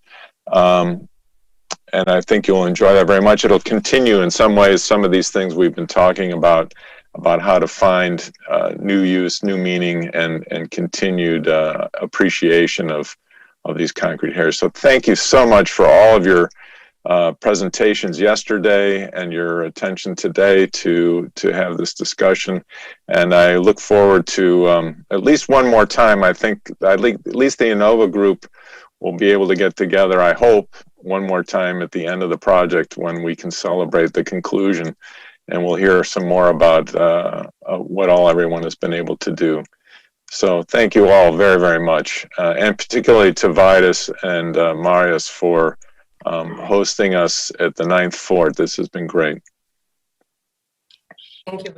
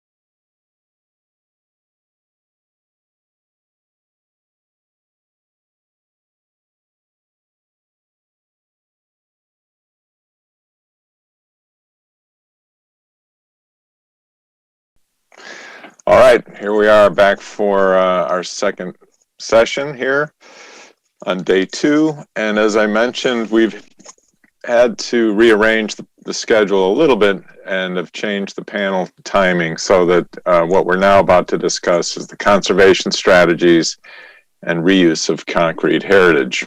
And with us today, we have a great panel, including Anton Wilmering from the Getty Foundation, Austra, I can't pronounce her last name. She'll have to, I tried before and I butchered it so badly, it's terrible. But she's from the Vilnius Technical University, and Barnabas Calder, the University of Liverpool, and we will be joined in the panel after the presentations by Catherine Croft, who we heard from yesterday. So a little bit more on our speakers. Anton Wilmering is a senior program officer at the Getty Foundation, where he oversees grant initiatives related to the conservation of cultural heritage around the world. His portfolio has included Keeping It Modern, which we're going to hear about, and many other things there. And before getting involved with the Getty, he was a conservator of wooden objects of the highest caliber, and so he's both now an administrator, but he's actually also a very highly regarded conservator in his own right. And he's going to share with us a little bit today about this incredible program, the Keeping It Modern program that the Getty has been doing. So Tom, you want to take it away? Absolutely. Thank you, Gunny. And thank you, Vidas, for organizing this meeting and for inviting me to speak. I'm going to share my screen. And that should give you my presentation. Is that looking okay? Looks great, yeah. Good. Well, it's a great pleasure being here, and I will take the next 10 minutes to talk about our international funding initiative, Keeping It Modern. But before I do so, I should give you a little bit of background about the Getty. We are a non-governmental, non-profit, private operating foundation, and that's called the J. Paul Getty Trust. And under that trust, there are 4 major programs that are well known in the field. Of course, one is our museum that's on site, and you see 2 images here, one at the Getty Center and one at the Getty Villa.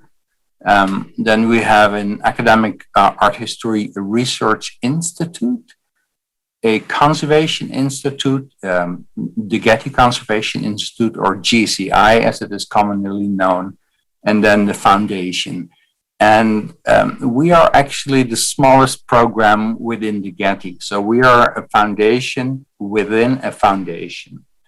And we fund in the areas where the Getty has its interest, and that is in academic art history, in museums, and in conservation. Not exclusively. I mean, we do sometimes, we also fund, for example, in the field, professional development, and we support organizations such as ICOMOS or ICOM-CC, so conservation organizations. But our 3 main areas, that's where we develop strategic initiatives. And one of those strategic initiatives is Keeping It Modern, which we launched in 2014. And last year, in 2020, we awarded our final grants for individual buildings and sites. The reason that we began Keeping It Modern is twofold. On the one hand, the Getty Conservation Institute had started their Conservation of Modern Architecture initiative. And we felt that through Keeping It Modern, we could help solidify, help advance the idea that by supporting research and planning projects, that would be a good strategy for advancing the field and advancing the thinking and the approach to the conservation of modern architecture. And especially our grants helped to separate the practice of research and planning as a separate effort from the implementation. And there's great benefit to doing that. And especially when you have funds to do that, you can really go deep. And I heard one of the previous speakers talk about the architect's intent. And that's an important, that intent is important to consider when you preserve buildings. But of course, so is the materiality. And an approach to preserving buildings should probably be, or might best be based in a blend, or in a sort of blend of understanding how the material needs of a building fit in with the intent of the architect, how he originally envisioned it. So I'm showing you some buildings from around the world that were supported by a Keeping It Modern grant. And of course, as I say, I will move the images away. I shouldn't do that. And I sort of want to actually now go to the next slide and show the strategies that we applied for the Keeping It Modern initiative. Like I mentioned, we supported mostly research and planning grants, and especially those grants that focus on conservation management planning, where the method is that you,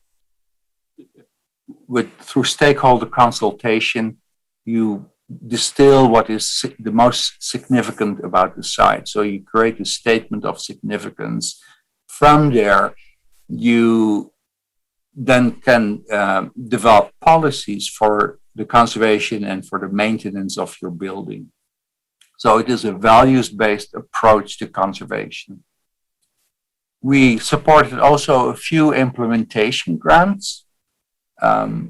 We, together with it, organized by the 20th Century Society and content delivered by the GCI, we supported the convenings of grantees, and this was actually a really interesting strategy, where we each year after we awarded a round of grants, we brought together one representative of the owner. So sometimes that was the facilities manager, sometimes it was the director of an organization, and together with their main consultant on the conservation or the planning project. So there were pairs of participants, and we in London then talked about issues of conservation management planning and visited sites in London where conservation plans are in action.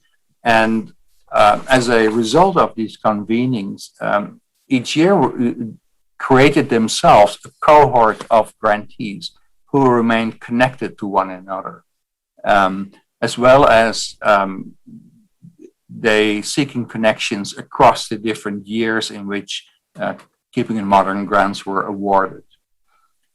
A final strategy that we employed, and that's now live on our website, is a report library.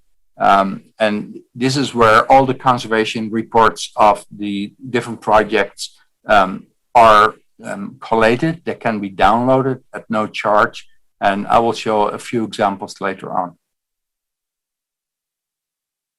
Building you all know very well, of course, is Centennial Hall in Poland. This was one of our first grants in 2014. And I pulled this out. I mean, I know you're familiar with this building, but I pulled it out just to pause for a moment to consider the time in which it was built. So this is the very early 20th century. And when you look at this photograph of the carpenters who were celebrating something in 1912 and 1911 and 1912, it may be just the accomplishments of their formwork, but to realize that all the formwork was mostly created with hand tools. There was some mechanization, and you can see on the right side here that there's a power drill held by one of the men in the photographs. And there's, of course, a power saw here, or a symbol of that, but mostly with hand tools. And history has it that these carpenters were unwilling to take out the formwork after the concrete had been poured, because they were afraid that the building would collapse.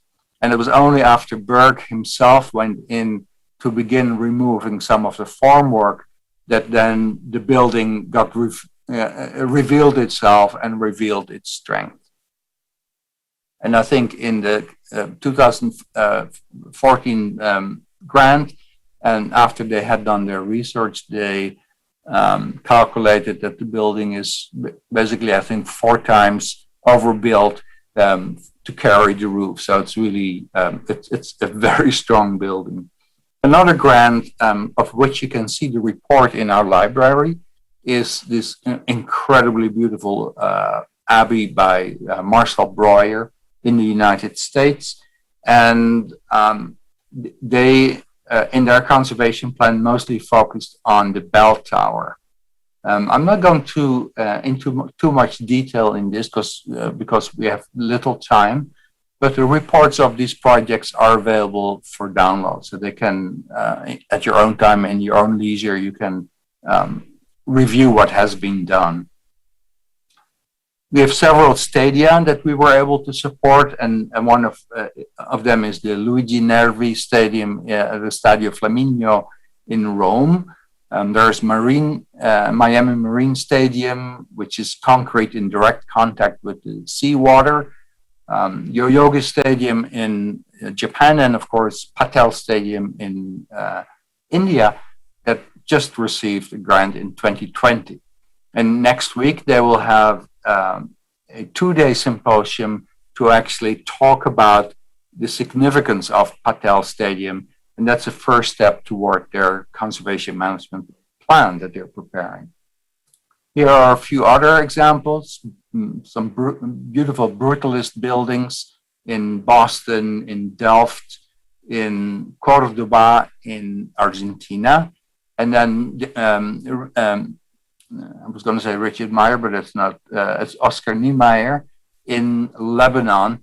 Although this is not brutalist architecture, it's the unfinished fairgrounds in Tripoli in Lebanon. 2 implementation grants, one of which is Unity Temple, a project that Gunny is very familiar with, and one is the Salk Institute. And we only awarded very few implementation grants because we wanted, we had set for ourselves that the standards had to be really high at the highest level, to be frank, and the applicants had to demonstrate that all the research and planning had been done before moving into implementation. And because these projects are exemplary in their approach and in their research to making the repairs, and therefore they were awarded their grants. I also wanted to take this opportunity to share with you the work that our colleagues at the Getty Conservation Institute are doing. As I mentioned, they started the Conservation of Modern Architecture initiative in 2012. And since then, they have created this really great resource for the field through their lectures that they're giving, to the research they're doing, and to the publications that they're making. And 3 of the publications related to concrete. One is a literature review on concrete heritage. One is a case studies book on concrete, co-written by Catherine Croft. And then there is a new principles or guidelines, if you will, for preserving concrete. And here's a little bit more detail about that approach. What I want to call out most specifically, and I mentioned it already a few times, is the Keeping It Modern report library. And when you go there, currently there are 33 projects in the library, and we'll keep adding as the grantees finish their research and begin publishing their work. We will add these reports to the library. In particular, I would like to call out the concrete conservation strategy of Sydney Opera House. Sydney Opera House had already in place some excellent conservation management plans, and they updated every 5 or 10 years. But they realized that they had concrete issues that needed to be addressed in the building. Concrete that was directly in contact with the seawater, concrete under the sails, to which they have not much direct access, and they couldn't really assess the condition of the concrete, and then in other parts of the building as well. And the results were exemplary, and they're well recorded in the report. And I would highly recommend that you look at that as a download. And then my last slide is just to say thank you. And I'm going to conclude here. And I will put in the chat a link to the library, should you be interested in looking at the reports and downloading them. Thank you, Gunny. I'm going to conclude with this. So. It was wonderful. Thank you, Ton. And I have some questions for you, but I'm going to wait till we go to the panel before I do that. Okay. So next up is Ausra. Are you ready? Ausra, I'm sorry. I need to give a little background on Ausra. She defended her PhD thesis on concrete architecture in Lithuania this year, 2021, and she's a practicing architect as well. She co-authored the list of valuable architecture of the 1945 to 1990s in Lithuania. So she is the expert on concrete heritage in Lithuania. And we're very excited to have you here and to hear about the post-war housing, because housing, and this is something that Catherine commented on in her keynote, as well as I think we'll hear a little bit from Barnabas, but housing is a very complicated and challenging issue all over the world, and particularly in the former Eastern Bloc, where so much of it was created in that post-war period. So Austra, please proceed. So thank you, Gani, for the introduction, and hello to everyone. I really want to thank Vaidas, who asked me to talk about the situation of concrete heritage in Lithuania, and today my talk will be about post-war concrete housing in Lithuania. So then the first idea was really to talk about the challenges of the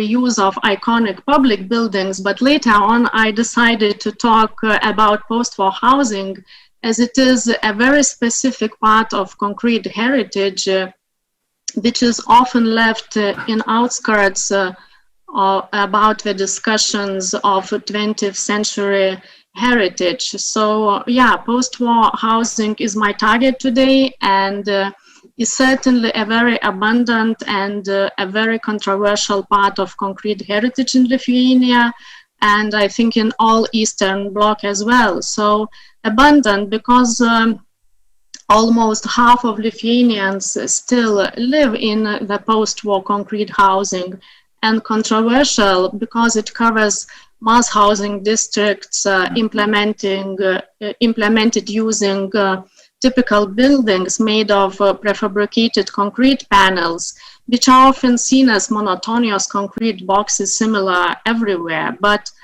in reality, the urban and architectural solutions of these districts are extremely diverse. And for example, 1/3 of Vilnius territory is covered by mass housing districts and built during Soviet period, and every district has a unique composition of buildings, color solution, and details as balconies or entrance panels. So as well, almost every district was supplemented by apartment towers made of cast-in-situ concrete designed individually for each district, and these iconic concrete towers became an important part of townscapes and the symbols of 20th century architecture in Lithuania.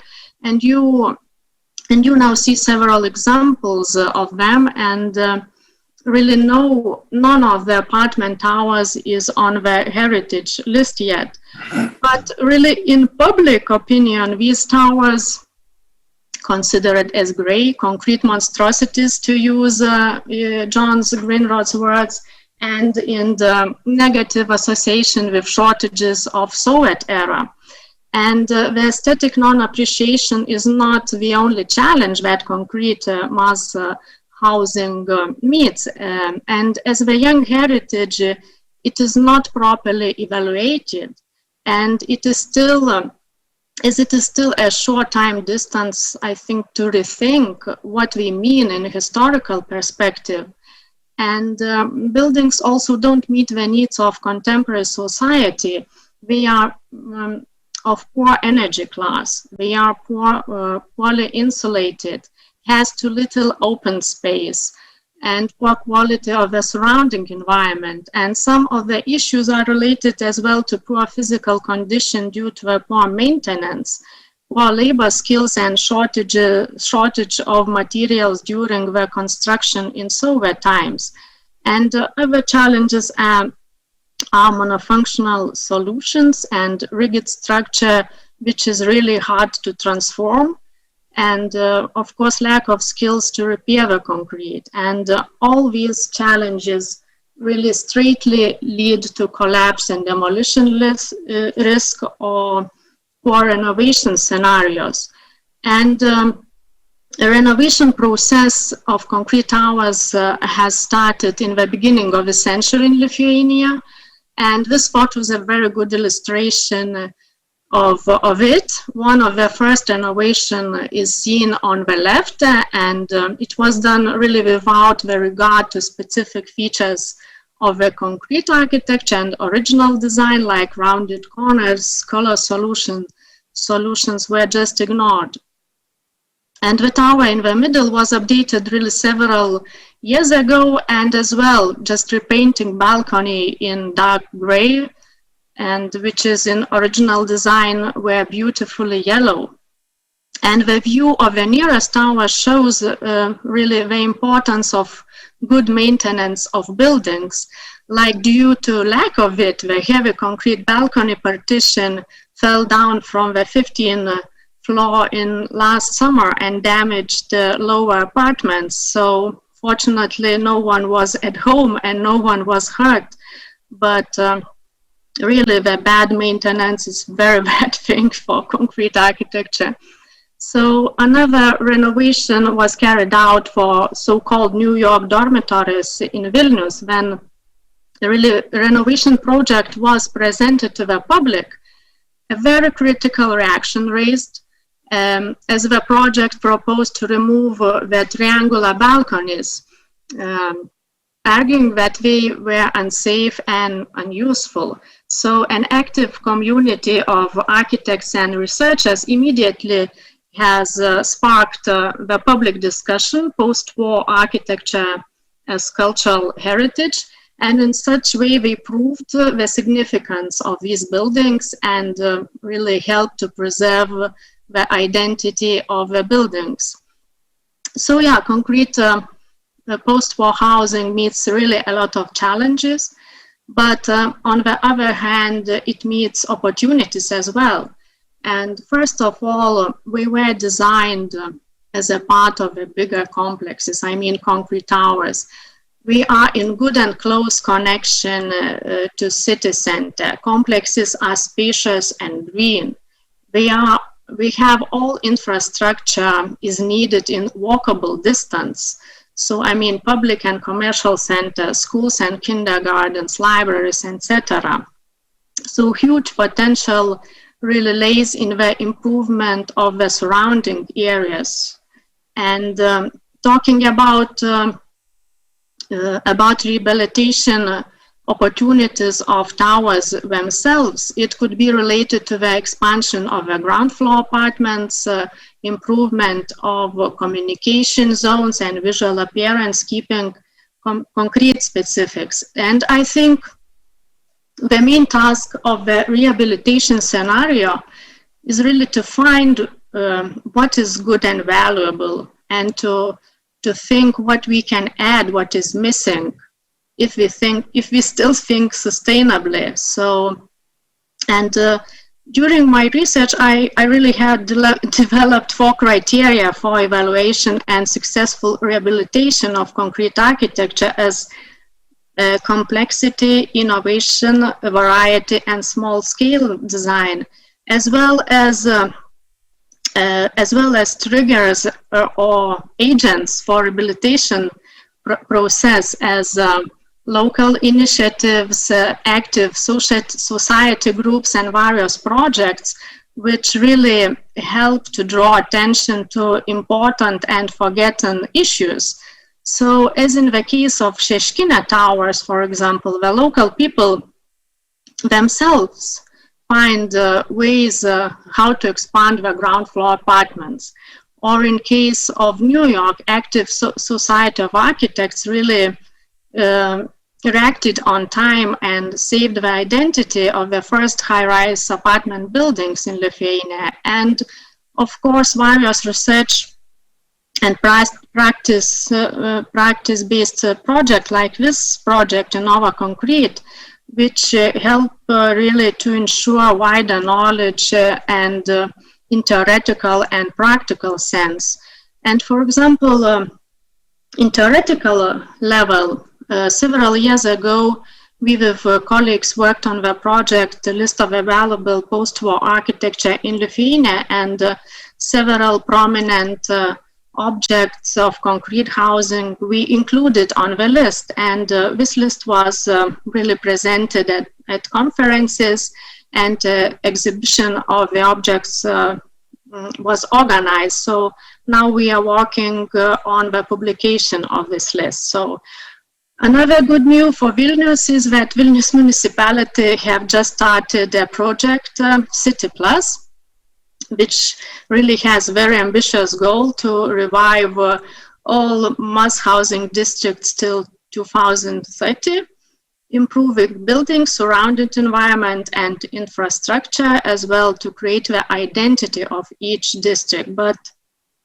really, I was listening to the presentation and didn't hear a single word about the existing identity of a district, so about the intention to preserve valuable elements like apartment towers. So hopefully it is a very beginning of the project, and such issues will be included in nearest future. So that's it from me today, and thank you for your attention. Thank you, Alsra. Thank you. That last slide is concerning, but also an opportunity, I guess. So we look forward to seeing how you can influence the positive outcome of that, and we'll come back. Maybe we'll come back to that in the discussion.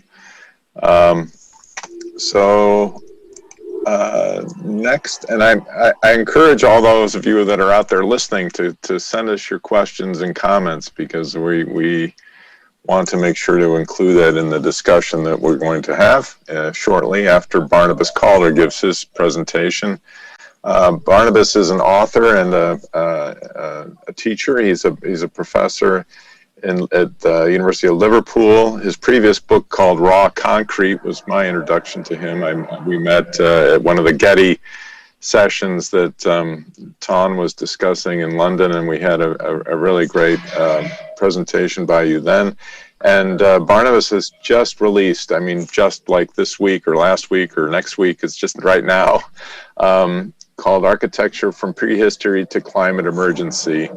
And Barnabas is going to share with us some ideas about sustainability and the particular challenges with concrete buildings. How do we address that now and as we move forward? So Barnabas. Thank you very much. Yes, thank you so much for inviting me. I'm sad to have missed a lot of your wonderful event, because I've been chairing another conference on the subject of the relationship between architectural history and things we can learn about the climate emergency, which is proving really interesting. There's more of it next week if any of you are looking for more conference to go to.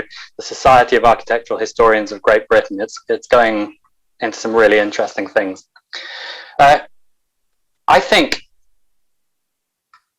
today that my paper will have, or my brief contribution will have, a lot more American and British material than perhaps some of your earlier contributions, and may therefore have elements of a different experience of these very wealthy countries dealing with their post-war heritage. But I fear there are some things enormously in common, like the fact that most people don't like it. It's probably incomprehensible to anyone who's chosen to spend their Saturday at this event that so many people could fail to understand what miraculous stuff reinforced concrete is. Its extraordinary accomplishments in engineering terms, and its amazing profile as a building material that revolutionized the ways in which you could construct, the ways in which you could imagine cities and buildings in the course of the 20th century, particularly in the post-war decades, where these technologies and the engineering understanding for them really developed to maturity.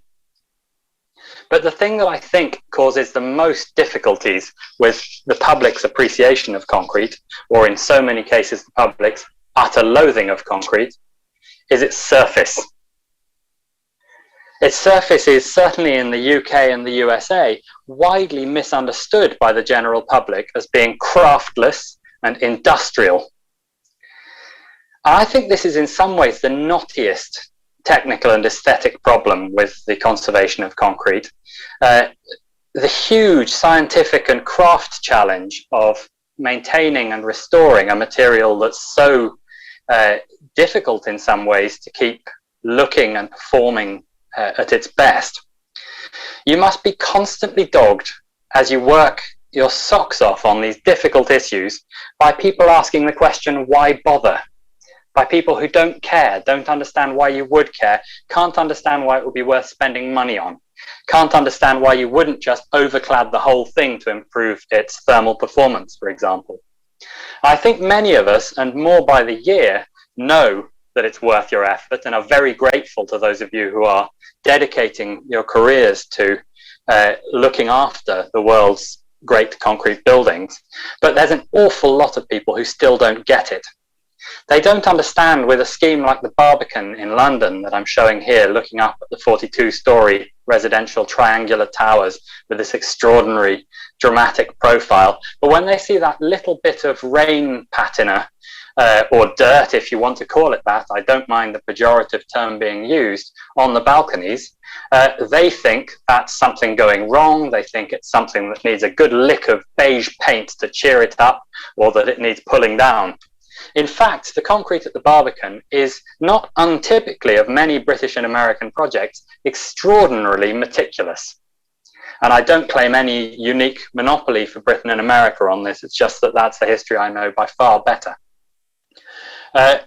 And if you look at this concrete, it's been cast to include all the elements that need to appear, need to functionally be present in the building, but to turn them into a kind of Aztec sculpture about fire extinguishers, speakers, and air vents, that because they've denied themselves the permission to add decoration, they've turned these functional elements into something beautiful. But to do so is so much harder than putting a lick of plaster and paint over all the messy servicing. The servicing has to be designed in from the start in this enormous complex building, and every wiring run needs to be cast into the structural concrete while you're doing the big initial challenging structural job. This is harder than the conditions that the builders of the Parthenon imposed on themselves. They allowed themselves to add the fluting last to their columns because they knew that there had been lots of messy building work going on in the meantime and it would get chipped otherwise. With the great projects of the 1960s, the structural work surface is the final surface of the finished building. And that's an enormously challenging thing to impose on yourselves. The quantity surveyors for the National Theatre here said in later years that it would have been cheaper to clad the entire building in marble than to do it to the quality of concrete that they did it to. This is a close-up of the concrete. Look at the level of wood grain they've managed to get into that by shot blasting the wood once they'd cut it. They allowed it to dry out more than usual before they cut it. They cut it with a very rough rip saw, and then they shot blasted it to get this extraordinarily strong grain out of it. And then they only used each piece twice, because more than that, and the cement starts to clog the grain and smooth it out. And what they wanted was this incredibly strong feeling of the wood in the finished building. I remember looking at this as a small child in the 1980s when this building was universally hated in Britain, thinking, what is it? Because it feels like stone, but it looks like wood, and people will only tell me that it's ugly, and yet it's totally enthralling. A later discovery for me was the astonishing Paul Rudolph, America's greatest post-war architecture, with all respect to Louis Kahn. This building is produced by corrugating the concrete in rubber matting and then hand smashing it with a hammer. This is not a material that is indifferently mass-produced by some mysterious and heartless industrial process. This is a truly loved handmade material of the highest quality. And with it, he produces this astounding landscape of kind of concrete toadstools and mysterious shapes folding through this building down to a staircase of such outrageous Baroque expressiveness that Michelangelo might have thought it was a bit much. It's not popular, however, with the locals. There's a world elite of brutalist admirers who know and love this building, but if you ask your average Bostonian, they don't like it. Possibly because of this marvelous concrete frog that looks down at you as you walk past and threatens to devour you, or possibly just because it's all so big and grey and formidable. And this building is under imminent threat of partial demolition. And when I went to one of the meetings about it, which happily was on Zoom and therefore I could crash it, and made the case for the aesthetic of the building, it was responded to with the way that public meetings respond when somebody says we should all be wearing foil hats to stop the aliens controlling us. I was regarded as just some eccentric voice that needed to be moved on from. Almost worse than that, however, are the many, many buildings where they're not even admired by the architectural history and heritage world. This was a rather nice art school building in Glasgow. And it had, again, a really painstaking and interesting concrete texture, which brought together the National Theatre's board-marked concrete and Paul Rudolph's hand-smashed ridges of concrete in this extraordinary kind of Le Corbusier-like barcode effect. And there were people in the art school who appreciated it. One of the textile designers who studied in it made her final submission into a textile based on this concrete texture, which I absolutely loved. But the School of Art itself did not appreciate it, and it was demolished. And the wastefulness of this, both in cultural terms and in sustainability terms, is absolutely shocking and disgusting. But it's been successful for the School of Art. It was in many ways the right thing for the people who did it to do. It freed them from taxation, because our ridiculous taxation system in this country taxes maintenance of existing buildings but doesn't tax their demolition and replacement, which is deranged. It has produced them a new building that looks very pretty and gets on all their prospectuses, and the new building is named after the head of school who took the decision to get rid of the old building and put up the new one. So everybody feels as though they've won from it, but meanwhile this excellent old building has been replaced entirely unnecessarily by a new building, and with the most enormous waste of energy and environmental carbon dioxide as a result. But even more than the quite nice buildings of this period, we need to be thinking about all buildings of concrete and steel as things that we need to keep if we can. At the moment, 50% of all raw materials mined and harvested in the entire planet go into construction. 39% of the world's greenhouse gas emissions are from the construction and operation of buildings. 8% of the world's greenhouse gas emissions are from cement production. We cannot afford to carry on building concrete buildings. We must keep the ones we have. I have a student, Rowena Cray, who's doing a PhD on the embodied energy of 1960s concrete buildings. And it's at a very early stage, but it's already starting to indicate the immense embodied carbon of this huge building boom.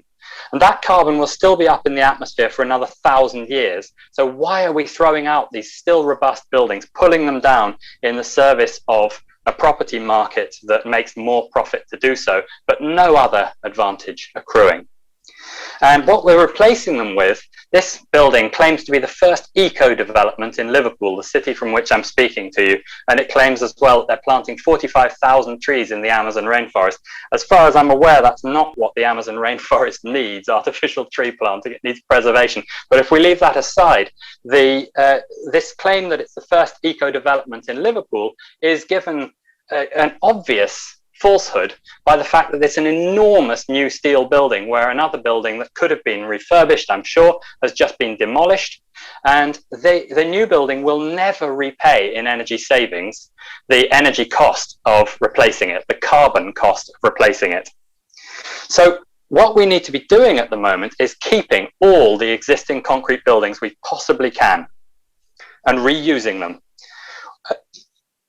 Zero carbon architecture finds it really difficult to achieve large scale, rigidity, fireproofing, and wide spans. Concrete architecture finds that very easy. We can't afford in carbon terms to put up new concrete architecture. So what on earth are we doing pulling down so much of our existing concrete architecture? There are uncountable hundreds of thousands of existing robust concrete buildings worldwide with these properties. And we need to physically conserve them the way that you're working brilliantly to achieve, but also as a big part of the battle to help people who don't realize how special this period of architecture was to love it as much as we do.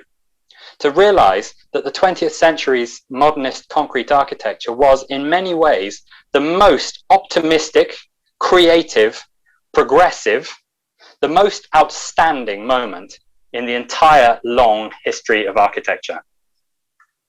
Thank you very much. Wow. Thank you, Barnabas, for your rousing enthusiasm. And it's infectious. I wish we could bottle it.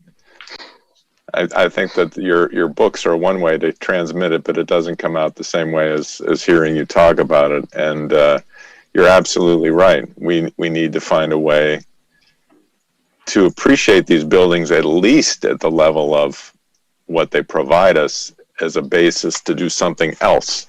You know, when the qualities are maybe not at the highest level of their heritage, you know, like the surface textures of a Breuer building, for example, you know, you can't, that's much more hard to deal with because it's both inside and outside in many cases. And how do you deal with poor insulation and things like that, or thermal breaks and this and that?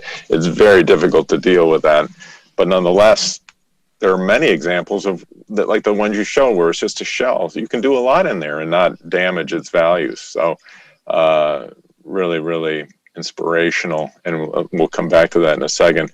But first, I want to start with my question to Tom, because in all cases where we have, in particular, heritage buildings,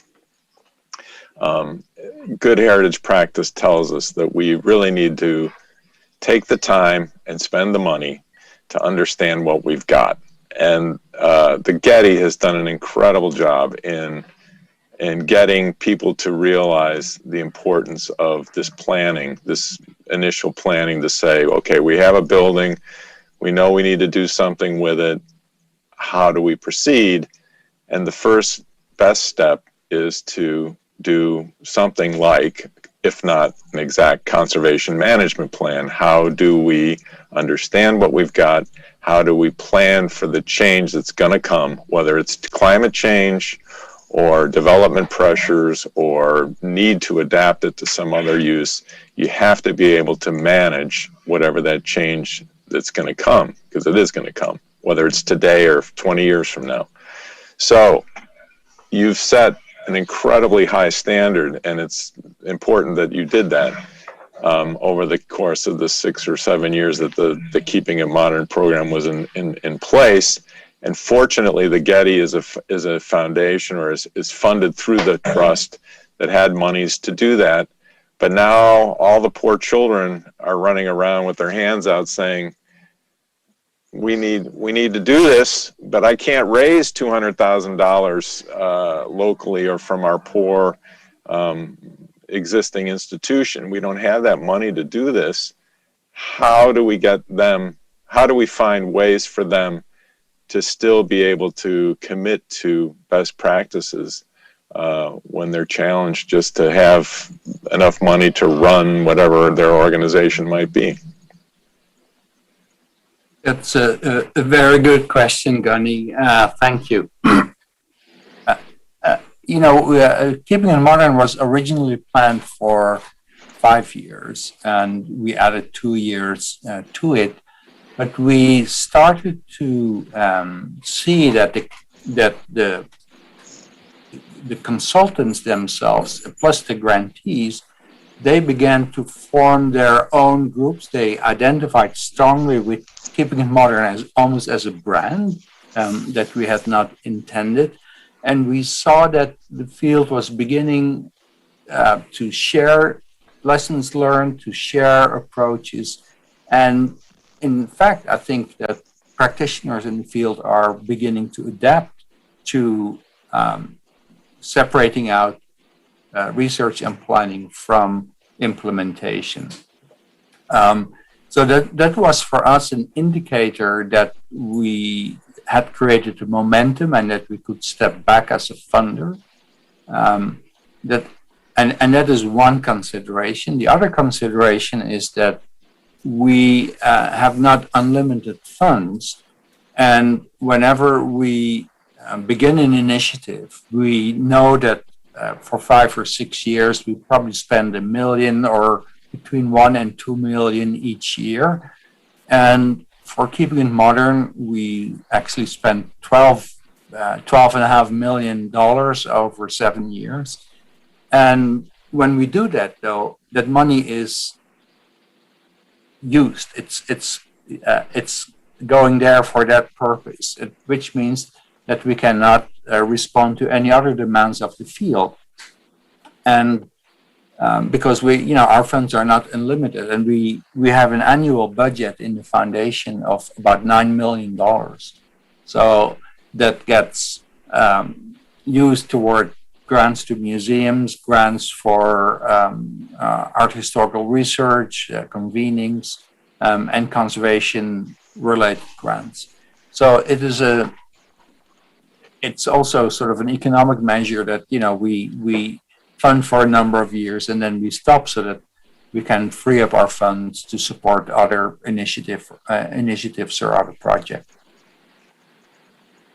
Well, we're certainly grateful for what you've been able to do with it, because I think it has had an incredible impact, and that the profession and all the folks that are in need see the reason for it. I know from our own professional practice that the need is much greater than the ability to comply, shall we say. So we'll see how that all plays out. But as professionals, we continue to beat the drum to our clients that this is a really necessary step to take, and that if you want to spend your hard-earned dollars wisely, you do need a good plan. Otherwise, you're just going to go around fixing the cracks or patching the holes or spraying the insulation where it isn't necessarily needed.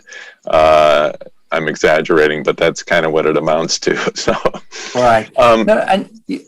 Gunny, you're absolutely right, and I think that if building owners and stewards begin to understand that if they would invest $100,000 or $200,000 into creating a conservation plan or a conservation management plan, that will help them in the future with planning the maintenance or planning conservation work, and actually can be a cost-saving way. I mean, when you plan it carefully and you know that you have to do cyclical maintenance in certain ways, you can budget.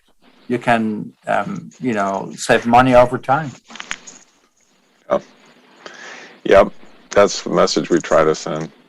Barnabas and Ausra, I'm looking at a question to sort of connect your two worlds, because they're really I don't know if it's a collision course, but they certainly are. They are both in the same realm, in the sense that with the realization of the need for housing to upgrade, just to make it more habitable for people's standards in the 21st century, wherever they are, whether it's in Lithuania or in Czechoslovakia or in South America or wherever, because this stuff was built all over the world in a very similar fashion. I mean, one interesting thing is the success, it's seemingly successful way that Lithuania is addressing this, whereas in the United States, we tear this stuff down as quick as we can, and both because it had a sociological failure. Much of it was used as low-income housing, as we call it, and that proved to not be very successful. There are some successes, but not enough. But they all have the same problem, and they were built in the 60s and 70s, where oil was cheap nobody cared about how much heat you pumped into these things. Air conditioning was new and also very inefficient. And now we have to deal with how to make them function better. And I know that, Barnabas, you've been very engaged with us, not just in the embodied energy issue, but also in how do we find ways to improve these performance. It's about building performance, holistic performance. And Ausra, I'm assuming that this is also something that, while not a historical issue, but it is something that's a practical issue, and that you need to be able to communicate to the authorities that they can still find ways to marry those two things, to value the heritage while making them better. Either one of you can take that or comment on that. Can I kick in there? Sure, Catherine, yes, please. I mean, I was really interested to know whether those Lithuanian tower blocks were generally being overclad with insulation. I couldn't really tell from your photographs, because I do think that it's very difficult to upgrade without doing that, not least because it means disturbing the people inside the flats, and logistically becomes much, much harder than doing something external. I think in Britain, we've all been brought up short and have had to stop and think, because we had this terrible fire, the Grenville Tower fire, about 3 years ago now, where exterior cladding, which was all looking new and sparkly, and I think kind of rebranding a not particularly successful tower block, was responsible for this very fast spread of fire, and enormous loss of life. So I think cladding in the UK has got a real negative connotation now, not least because a lot of people are not able to sell their properties because there are huge insurance things going on about who's going to pay for replacing cladding that doesn't meet fire protection standards. So I mean, I think here we've kind of perhaps uniquely got that that specific reason for us to stop and think about whether there are alternatives to overcladding. I mean, I'm really keen to see good examples of how people have done that and wherever. And the other thing that we have faced with is an enormous pressure to provide more housing. So that for the lot of these estates, they're being really damaged by infill blocks on every bit of available ground that was meant to be beautifully landscaped and enjoyed by the people who lived in them. You know, with more and more and more housing is being crammed onto already fairly dense sites. I think it's very hard to, in the campaigning terms, it's really, really hard to resist those sorts of applications. Yeah. Alistair or Barnabas, you have a thought or comment? Barnabas? Yeah, I think this is fairly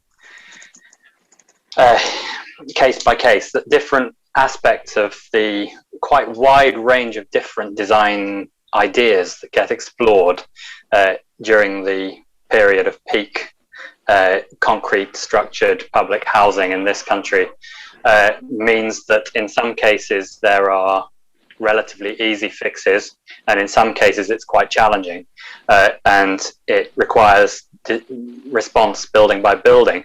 But that's the pattern of retrofit generally, that retrofit is more expensive than replacement sometimes, certainly per amount of work involved, but it's much more sustainable, not merely because you don't demolish what you've already got, but because new build tends to be performed by system-built, industrial-produced high energy materials from the other side of the world being shipped over, whereas retrofit tends to be performed by local designers and local craftspeople working on that specific building in a way that's very one-off. And that therefore requires a change of mindset and a change of understanding of the economic effects of development, where we recognize that what we're trying to avoid is the carbon expenditure, not the financial expenditure, and we recognize that employing large quantities of skilled and semi-skilled labor from local area is actually itself a social good.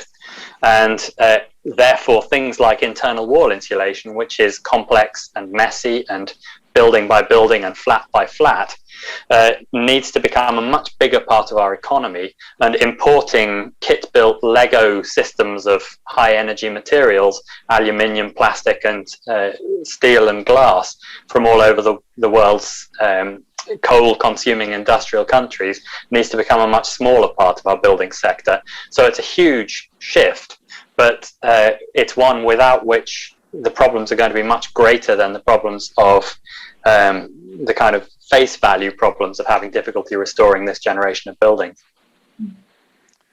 Thank you.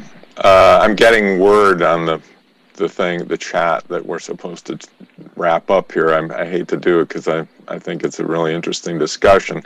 I will give Ausra an opportunity to have a final comment if you would like to add something before we wrap it up. So yeah, so I really agree with Catherine, and we have really to stop and to think what to do with this concrete housing heritage. And I think cladding is not the proper renovation type for concrete towers, especially because you lose a lot of valuable elements by doing that. And I don't have really answer how to do it right, but we are talking about it and looking for answers, I think, in this discussion. Well, one thing is that we need to make sure that the surfaces of these concrete buildings are conserved in a way that allows them to go on, because oftentimes, you get the surface spalling and it just becomes a sort of a snowball effect, as we say.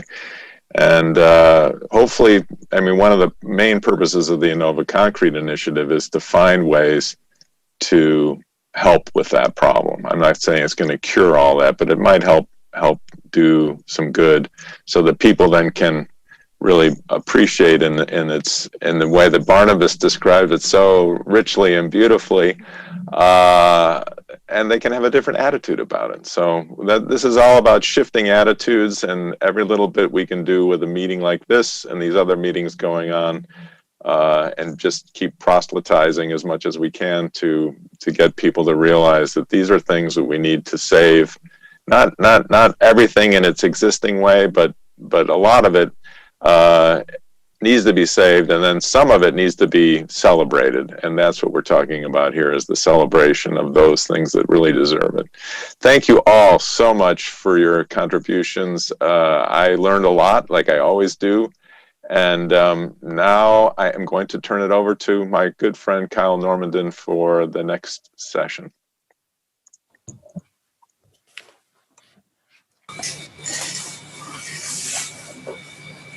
Good afternoon, everyone. I'm going to ask our speakers to, for this panel discussion, to join. Excellent. Well, thank you. It's a great pleasure to participate today in the InnovaConcrete KAUNAS workshop. Thank you, Gunny, for leading the two sessions this morning. I wanted to give a special thanks to everyone who helped organize this two-day event. It's certainly terrific to see so many familiar faces. I wanted to especially thank Vaidas Petrulis for organizing this event with his colleagues in Lithuania. Everyone has been wonderfully organized and has made it very easy for all of us to participate. I also wanted to thank leaders of the ISC20C InnovaConcrete program, that includes Gunny and Fernando and Stefania, for helping with not only the long-term program that we've been fortunate to work on, but also for helping to spearhead this workshop and organize it over the last year. So with that, I'll get started. I'm pleased to moderate today's session entitled Reinforced Concrete Monuments, Intentions and Consequences. In this panel discussion, we will continue to examine reinforced concrete structures and how they are regarded and symbolized throughout the 20th century architecture. I think we're all aware that many of the most important examples of reinforced concrete of the 20th century were specifically constructed as symbols. So we'll be looking at that a little bit more closely in this session. These include museums and monuments of political significance, buildings to commemorate, for example, various anniversaries and other places of ideological meaning, for example. I know today we have been discussing these narratives in terms of the monuments as being perceived through a source of multifaceted narratives. On the one hand, these monuments perfectly represent the aesthetic potential of reinforced concrete as a material. And on the other hand, these monuments also provide close links with political ideologies frequently that provoke harsh public reactions. And I know that we had quite a bit of discussion about this earlier today. As a result, I think this change of meaning over time, and in many cases, our lack of how to appreciate these structures, is most likely why many of these monuments have been abandoned, relocated, or as we discussed in the last session, even destroyed most recently and in the last decades. We can't afford to do this, obviously, and I think this session will help illuminate looking at some of the examples of these monuments through our speakers and their presentations, and how we might represent and discuss more about the phenomenon of this type of 20th century architecture. So with that, I'd like to introduce our four speakers. Our four speakers today are Jörg Haspel, Sigrid Brandt, Vidas Petrulis, and Sandra Uskokovic, who was unable to join us today, and but has sent a recording of her presentation, which we'll hear after our first three speakers. And so with that, I'd like to introduce Jörg. Jörg will give a presentation today entitled Reinforced Concrete Monuments, Miscellaneous from the Eastern Modernism. Professor Jörg Haspel has been a state curator and director of the Berlin Heritage Conservation Authority. He is, as many of you know, a founding member of the ICOMOS ISC on 20th Century Heritage and an expert member of the ISC Theory and Philosophy. In 2009, he was elected vice president. In 2012, president of ICOMOS Germany, and supported the formation of the new Blue Shield Committee Germany and of the Archaeological Heritage Network. And with that, I would like to hand it over to Jörg. Yes, thank you very much, Carl. Can you hear me? Yes. Yes, you are able to hear me. So I have to apologize, first of all, that I couldn't stay and join you all the day longer, and also yesterday only partly, because we had the board meeting of ICOMOS Germany today, so I didn't get all the contributions, but I saw the program, the agenda, and it is very interesting and it is very helpful, and I would like to thank all of those who were involved in the project to do this InnovaConcrete ICOMOS project. I will try to start.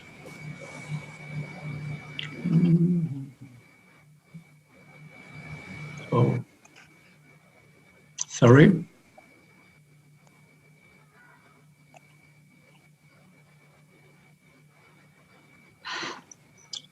The architectural heritage of 20th century is architecture as a vast extent by steel and glass and reinforced concrete constructions. But it is obvious that concrete or reinforced concrete as a visible construction and material facet only found its way very late in the memorial architecture or in the commemorating architecture and in monument buildings. At least in Germany, works of art and architecture in the tradition of natural stone and brick buildings dominated the scene for the first decade. Even this world-famous Einstein Tower by Erich Mendelssohn, which looks like a plastic concrete sculpture and visionary architecture for a futuristic technical observatory, was conventionally built as a masonry structure and plastered, and has been restored twice in the last decades. Here you can see the building. And Ludwig Mies van der Rohe's Monument to the Revolution from 1926, designed by the last Bauhaus director to commemorate Rosa Luxemburg and Karl Liebknecht as victims of the German Revolution, was erected as a red brick monument, and it was destroyed by the National Socialists in January 1935. And what is also interesting, it was not rebuilt after World War II in the socialist part of Berlin. The monument to the March Dead, which was designed by the founder of and first Bauhaus director, Walter Gropius, in 1920, as an expressionist monument at the Central Cemetery in Weimar to commemorate the workers killed in the Kapp-Putsch 1920, is a second example. The structure was built between 20 and 22. It was destroyed by the Nazis as a work of degenerate art in February 1936, and it was reconstructed after World War II in 1946, so very early at the beginning of after World War II. It has been repaired repeatedly since then, and a new concrete renovation to cover the accreting reinforcements seems to be necessary again. This is a contemporary picture or photograph of the memorial. The Wiesinger grave, which is located on a cemetery close to Berlin and designed by Max Taut, the brother of Bruno Taut, is a second early example and an exemption confirming the rule or the hypothesis of a dominance of traditional materials in memorial architecture in the interwar period. The concrete grid construction of Gothic expressionist framework was executed for a wealthy Berlin merchant after World War I, and it was rediscovered, you can say, in 1985, and now it has been continuously repaired and maintained, as you can see here. Now I would like to jump to the post-war modernism. The way from traditional building materials and techniques to precast concrete slab constructions and modern mass housing has been presented variously within conferences and publications of our International Scientific Committee of 20th Century, as well as of Docomomo, most recently in the joint conference publication on modern heritage, identifying, assessing and managing its protection and conservation, which took place in Florence in 2016 in cooperation with the Theory and Philosophy Committee. The Berlin monument for the first Plattenbau, for the first slab construction or panel construction, built in Berlin-Marzahn in 1974, is a symbolic reinforced concrete topping out grown on a reinforced concrete pylon at the so-called Alley of the Cosmonauts. It recalls the triumph of prefabricated panel construction in mass housing in Eastern Europe, and it is still existing. It's very interesting to see on the bottom there is the modular or the building worker, which is symbolized and cut out in the wall. An exceptional figure among the planning collectives in the GDR was Ulrich Müther. He was inspired by Felix Candela from Mexico, for example, by Heinz Isler from Switzerland, and he was one of the leading designers of post-war modernism in cast concrete. He worked as an architect and as an engineer, but he was able to realize his projects because he had a special construction company which he managed and to proceed to create shell constructions. From the design, through the planning, to the execution, it was all in one hand. His trademark were wide-span concrete shell constructions, and there you can see his tomb with the shell construction, which was the logo, the signet of the company or of the cooperative. He called them hyper shells, so hyperbolic paraboloids, and it was, you can say, a trademark of Müther. He had not only success in GDR, but also abroad, and he brought foreign currency to the GDR. One of the very early examples is this bus stop, but there are also multi-purpose halls, planetarium, domes, spheric shells, and so on, as you can see here, for example.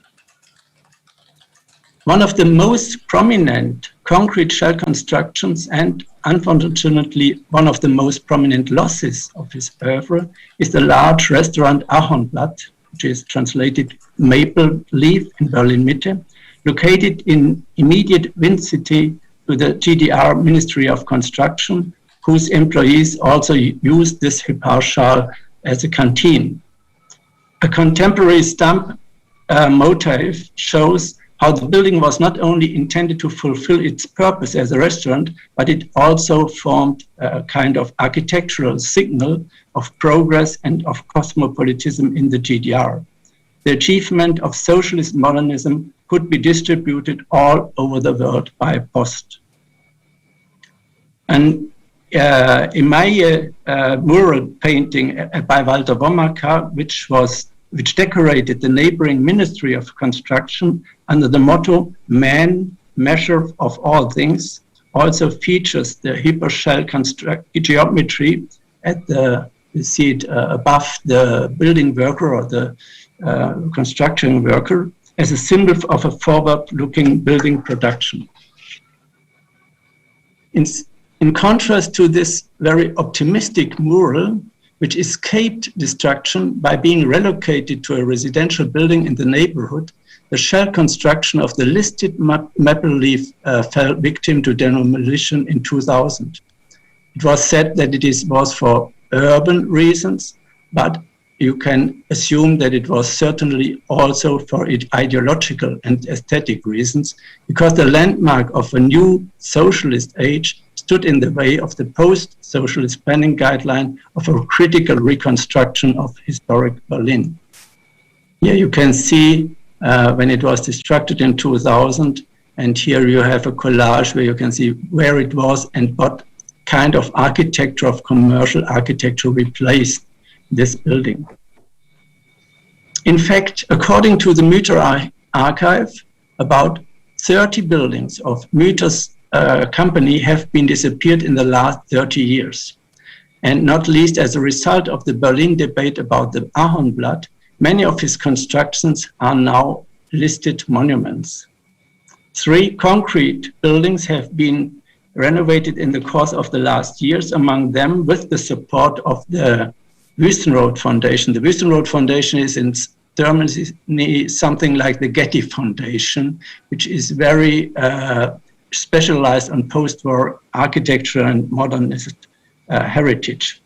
With the help of the Wüstenrot Foundation and its which is funding and focusing post-war architecture, the Musik Pavilion in Sassnitz could be repaired, and also the UFO-like rescue station in Binz on the island of Rügen. Both are close to the home region of Mütter. A more detailed report you can find about these measures in the conference paper, which was published by ICOMOS under the title "A Future for Our Recent Past: Model Projects of Modern Heritage Conservation in Europe." And this volume is also available in the internet, so everybody is able to have a download. One of the longest and perhaps maybe one of the most significant concrete structures in history of the 20th century was the wall as part of the Iron Curtain, dividing not only Berlin, but the whole of Germany between 1961 and 1989. The bitter dispute over the preservation of the Berlin Wall and the Iron Curtain now seems to have come to an end, or to a standstill. Today, the strongest and most tireless enemies of the concrete elements is not longer the enemies of Cold War or Cold Warrior. It is the weather, it is rain, snow, ice, frost, and alkali Sicilia drift and corrosion. It endangers many concrete fragments of this unique 20th century cultural property. And it is fortunately to the 20th century that it has not only developed concrete, but it has also developed to solve the problems which we meet today with the heritage of 20th century. Allow me a last in memoriam.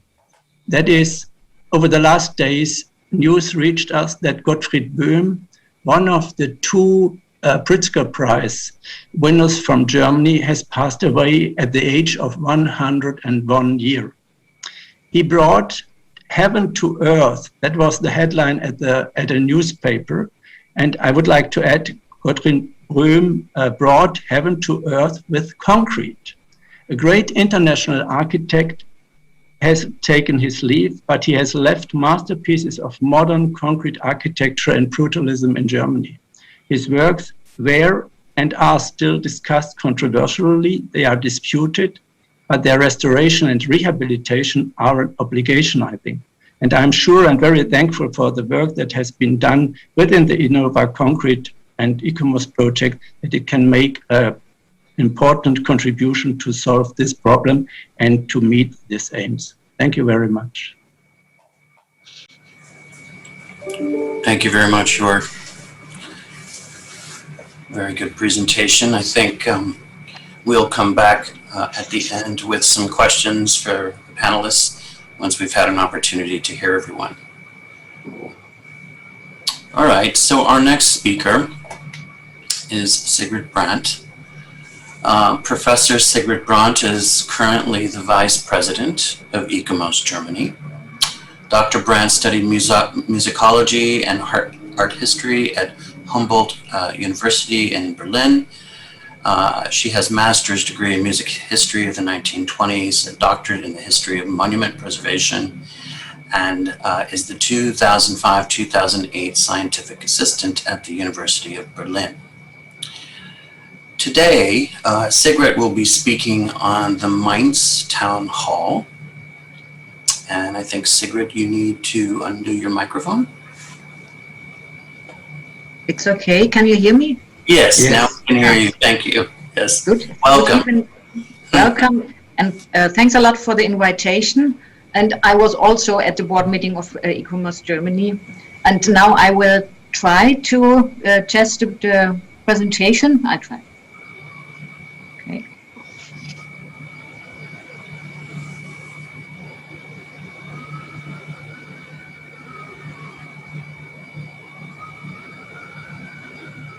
Yeah. No, it's not the right. Oh.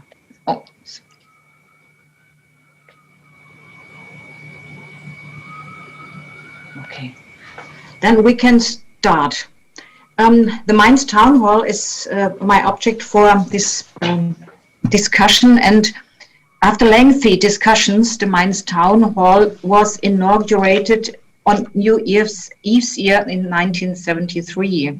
There had been controversy, particularly over its volume, its integration into the preserved cityscape, and its competition with Mainz Cathedral. It was supposed to symbolize a new civic pride, a new sense of citizenship, and, I quote the Lord Major Jockel Fuchs from 1965, self-expression of the creative will of our generation, quote end. The post-war years were over. Lightness, transparency, all gestures of modesty and restraint now gave way to large, heavy buildings and mighty, rugged masses of construction. An example of this tendency is the Ingolstadt Theater and Concert Hall, a huge sculpture made of concrete, a massive composition.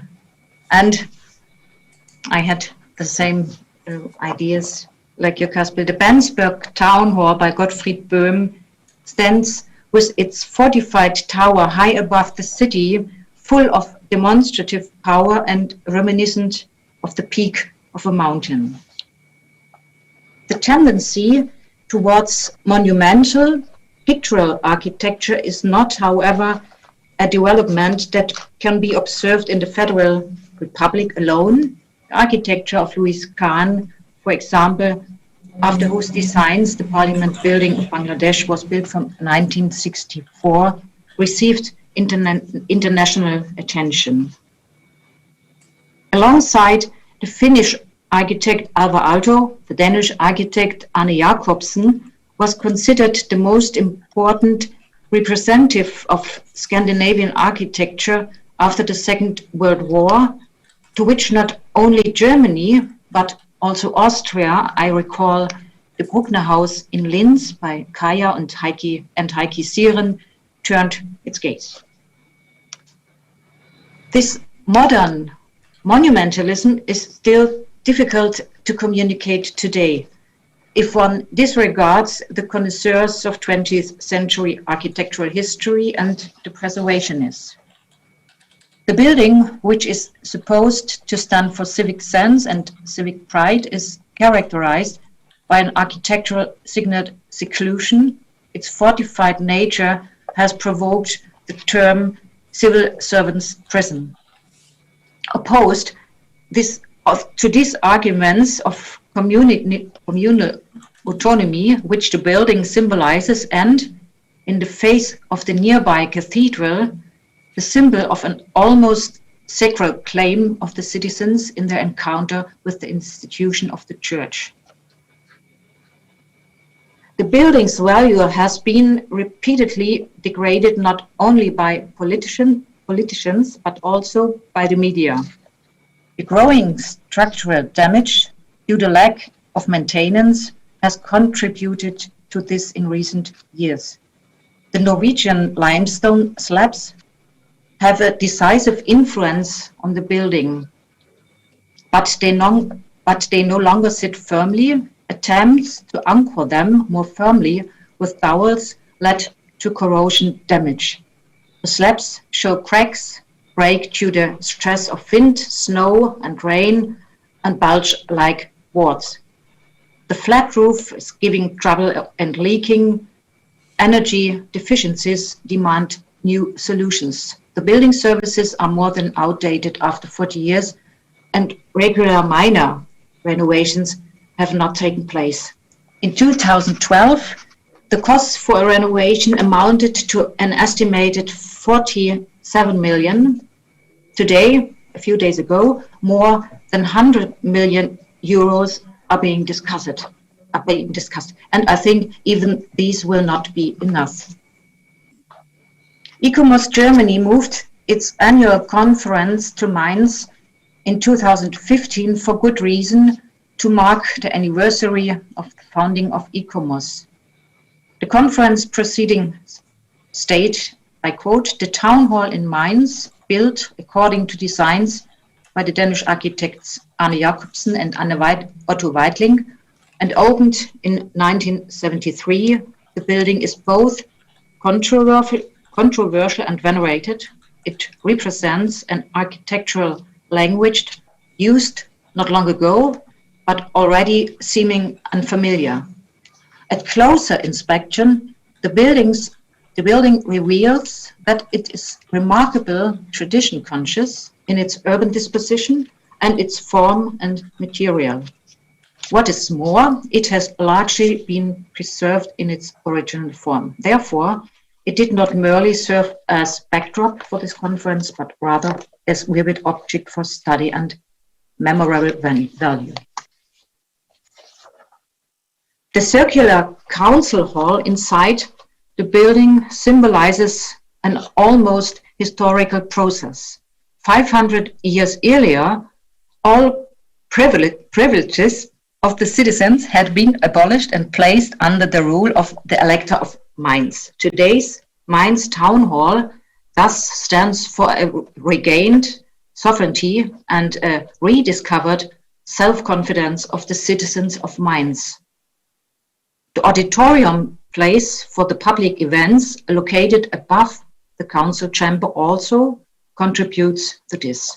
Architectural critics therefore put its way in 1973, I quote, "The construction of the town hall is an event of the century," quote end. Despite the impressive architecture, also on the inside, the building remains a serious renovation case. The arguments for incurring these costs for a high-ranking monument of the 20th century are manifold.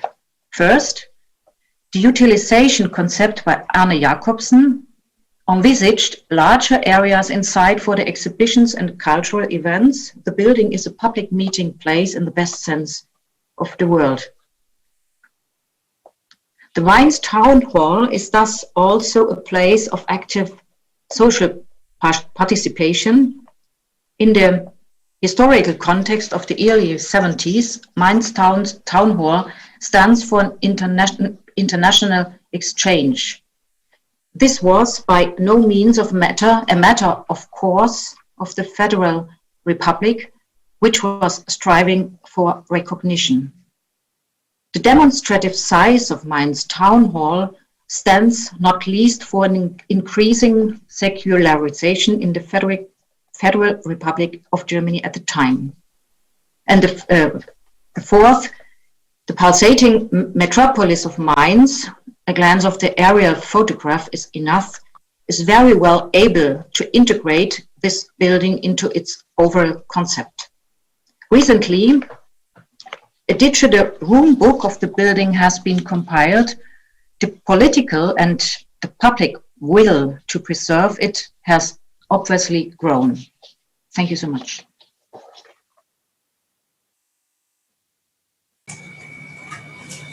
Thank you, Dr. Sigrid Brandt. Again, I think we can take some questions at the end with the panelists.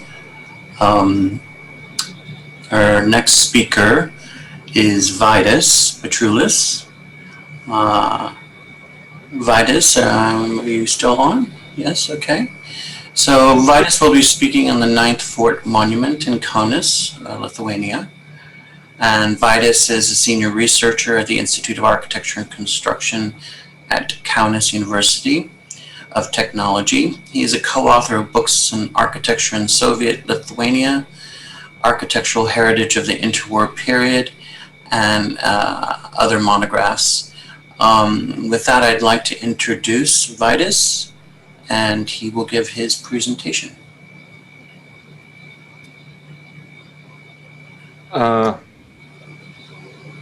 Yes, hello once again for everyone. And the idea was that I continue my presentation, which I gave in the morning. Since we are running out of time, I will try to be very short. But what I wanted to show and to discuss and to present to all of us that all these Soviet monuments we were talking and we were seeing in the morning actually have very different destinies, and some of them already lost its previous intention, and some of them were still intact in the places we were built. So for the most ideological sculptures, Lenin's, Stalin's, and many other so-called Soviet heroes, of course, we were removed in 1989 and 1993, and you just can see one of such cases, and we were moved to a special park. It's a Grūto Parkas. It's actually in the south of Lithuania, quite far away from Vilnius or Kaunas, but it's a good location in the forest. You can enjoy this as a kind of a zoo, and this is one of the examples. In urban areas, actually, if you are talking about the early period after the gaining independence, in some places, for example, here is a picture from Kaunas. It used to be a tank, Joseph Stalin. You have seen it in the morning. If you still have patience to keep watching, and instead of this, we have a small improvised hill of crosses. Of course, I should mention that Lithuania is famous for wooden crosses, and we are even on UNESCO in the list of intangible heritage of wood crafts and carving tradition. Some of them, some of these tanks and sculptures were moved to different private collections, private museums, as one is Orvidei, Homestead, and but some of ideological or less ideological sculptures, we are still intact. We are still in the places we are. And here you can see the picture of Greenbridge. Well, actually, it was removed, but not so long time ago. These sculptures, clearly ideological places, actually is provoking a lot of discussions. And one option, of course, is to remove and to do second cleaning of our urban space. But another option is to suggest interpretations. And here you can see one interpretation by office of Audrius Ambrosas, architect in Vilnius. He suggested to put these soldiers in cages, and so to communicate that,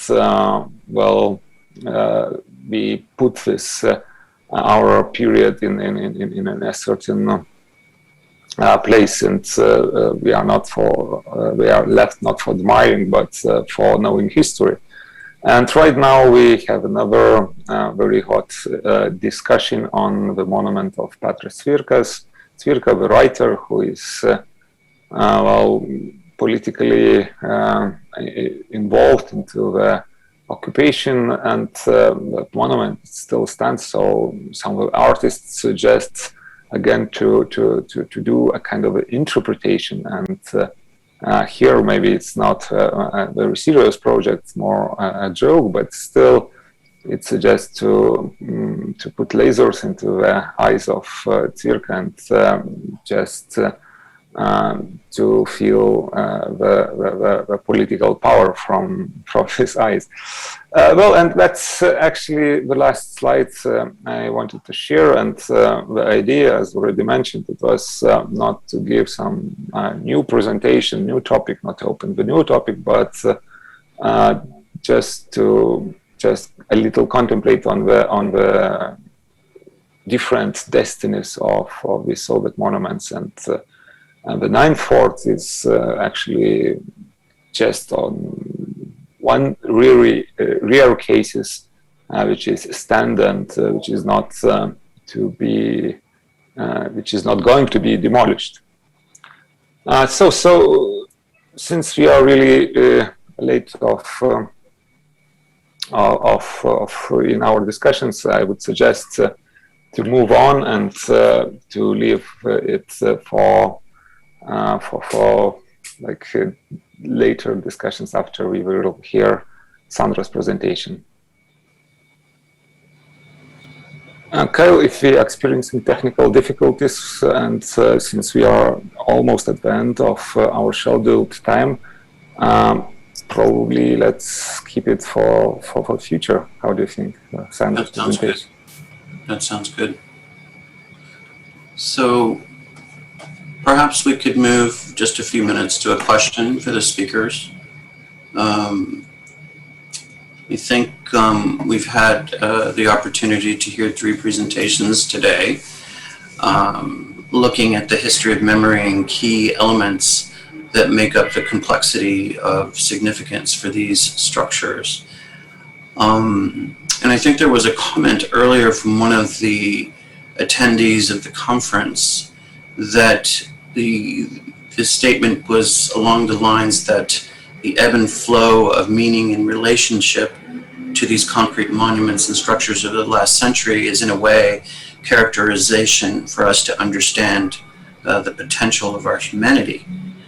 That potentially, moments in time could serve as reference points to air the centrality of some of the objects' significance. And I was wondering if each one of the speakers could comment or illuminate on your own experience on how to bring some of those moments of significance to the public and how to integrate those meanings of the past with current contemporary society. Because I know that we've had many challenges that we've discussed, but perhaps we could, each reflect on that and talk a little bit about what you're each doing in your own work to bring that forward. So, York, maybe you could start. Yes, it's a difficult question, but I think in the presentation in the last round, it was Barnabas who told us the ecological dimension of keeping brutalist and concrete buildings, which are, even if they are not liked and not loved and not well accepted, because it's not only a conservationist issue, it's also a question how to survive or how to keep the situation. And that is one point which will alter the attitude of the public as well as of the politicians towards concrete architecture. It's not a question, do we estimate the ideological, aesthetic, philosophical, ethic attitude of the builders, but what are the alternatives? And we have to finish or to finalize the process of replacing always all kind of architecture which is not loved or not liked by the contemporaries. So we have to define a new attitude or a new approach to the history. And the second one is, as far as I could see or notice in the last years, for example, the brutalist activities which were also initiated by Wüstenrot Stiftung and others, and by the German Architectural Museum with this big exhibition, it has changed the mind, at least in Germany or in German-speaking countries, towards concrete architecture and towards brutalism and visible concrete architecture. So I think it's a progress or a process of generations to teach them and to talk to them, and it will define a new aesthetic appreciation of this kind of architecture. I'm rather optimistic, but I fear that we will have some losses in between before we have overcome and convinced all of them.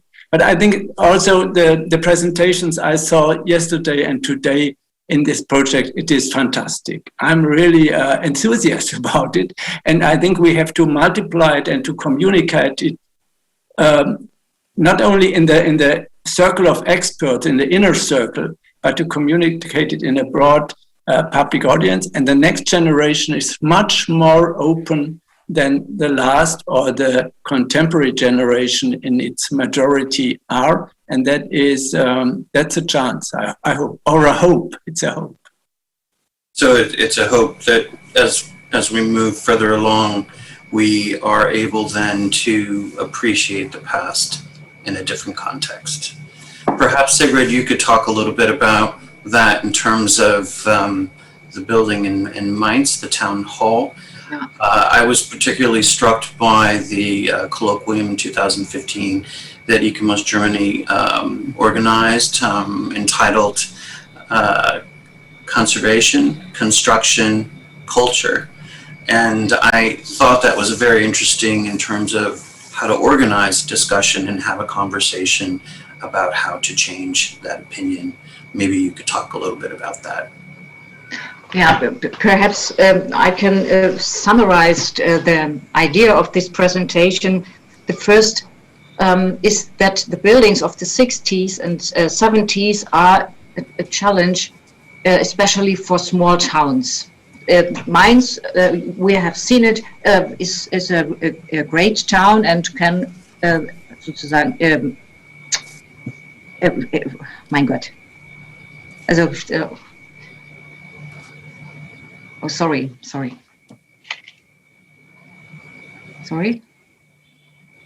And the second point is the interest in these buildings is a generational.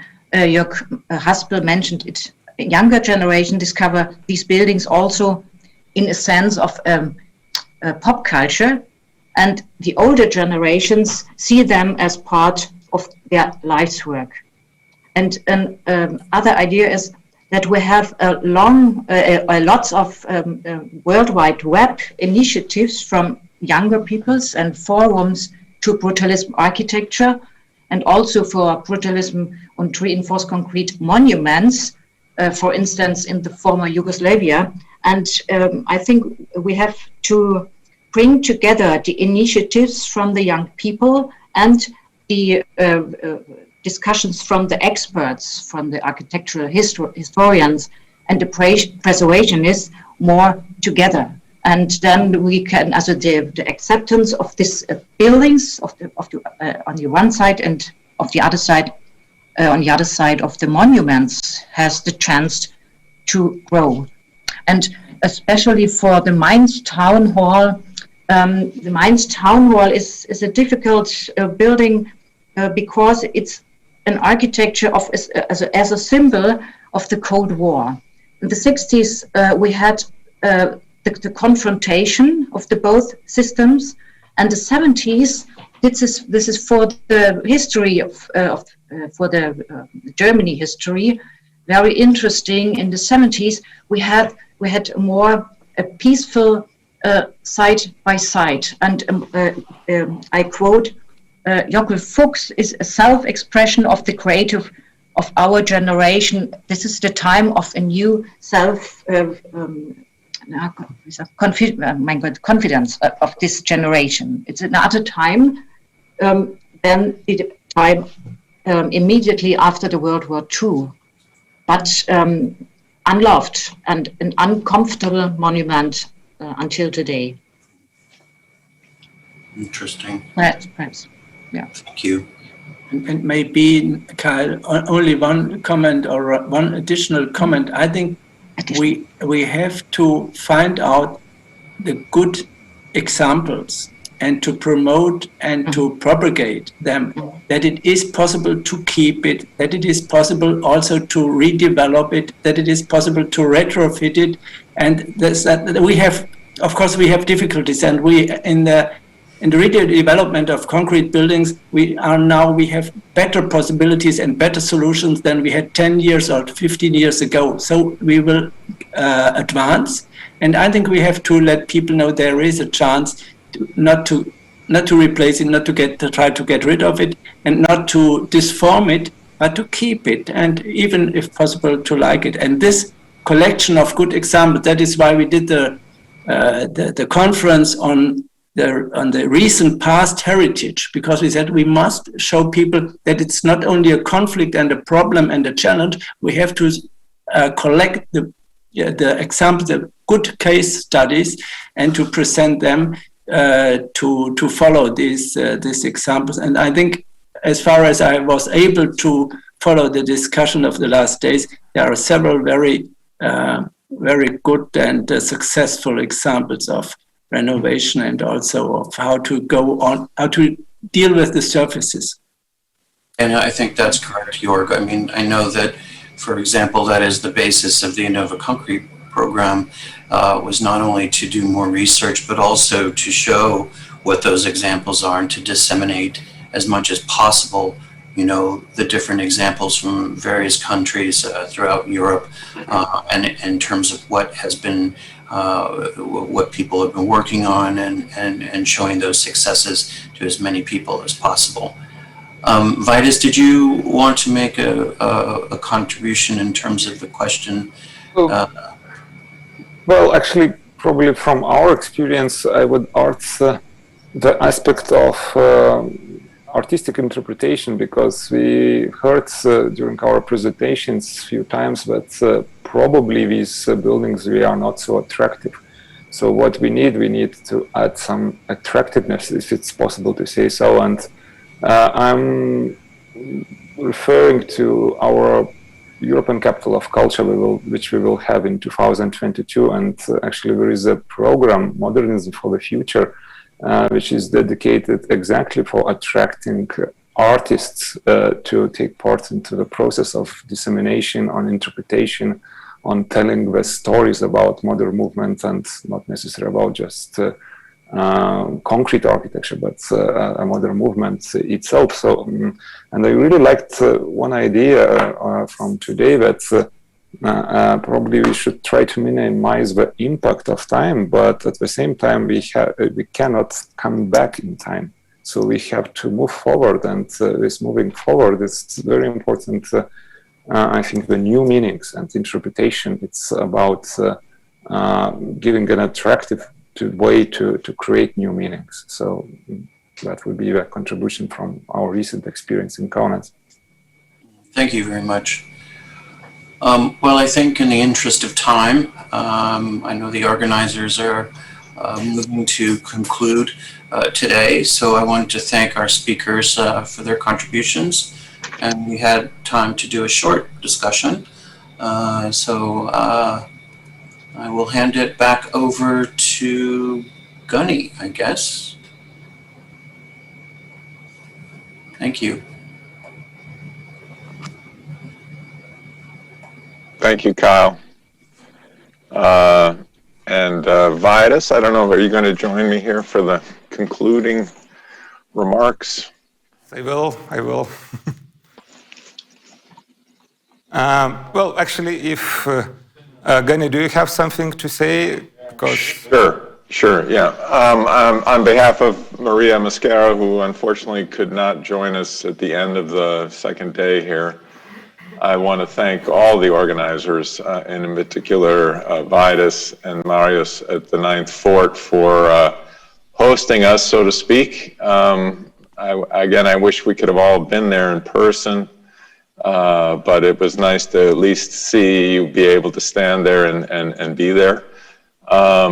And of course, the morning's presentation of the Ninth Fort gave us all a sense of what a wonderful resource that is. And I know for sure I'm going to get there one day. I don't know when, but I look forward to that very much. But this is the last workshop of the series, and I'm very pleased with all the presentations. I think you all brought up a lot of important issues that we're all dealing with on a daily basis. And I particularly liked Jörg Haspel's comment at the end that he's hopeful, optimistic. And I think we all need to be that way, but we all need to work extremely hard and in all of our own worlds, and as many times as we can get out to share these ideas with a broader public, both to the professional public, but also to the general public, about why these places matter. And if we can't convince them, then we'll never convince the authorities, because the authorities will only listen to what they think the general public wants them to do. At least that's our experience. I think it's experienced pretty much everywhere, even in countries without such sympathetic leadership. They may listen to what local groups want or insist on having happen, and that can include the recognition and celebration of heritage of all kinds, and in this case, particularly concrete heritage that needs extra love from those who understand it, to be able to explain it to those that don't quite get it, as Barnabas Calder gave in his very impassioned and wonderful description of how we need to think about this heritage. So I want to thank the case study people especially, and it was great to see you all again. I hope we'll all be able to gather. I'm not sure whether there will be a final meeting of the InnovaConcrete project, but I'm hoping there will be, either in Cadiz or in Brussels or someplace, and we can actually be together in person and share our experiences over this past, what will be 4-year project, which has been an amazing experience. And I hope that the outcomes will have much far-reaching importance over time. Thank you. And well, now it's the time for the last words, and I'm really happy about this event, and we heard a lot of different stories based on deep research and also based on passion, I would say. And that is the most important. If we will have passion for this, if we will work in this field, so we will achieve some results. And of course, I should thank to all my colleagues, especially in ICOMOS 20th Century Committee, for Gani, for Kyle, Fernando, Stefania, and of course a special thanks goes to 9/4 who participated in the whole project. And I would like to conclude by saying thank you for the audience, which is the most important. And I really hope that you will bring some good ideas and some good experience to your home, wherever it is, and I hope that it will help for your everyday work. So thank you for being here, and let's hope to meet in other conferences, workshops, and meetings. Goodbye.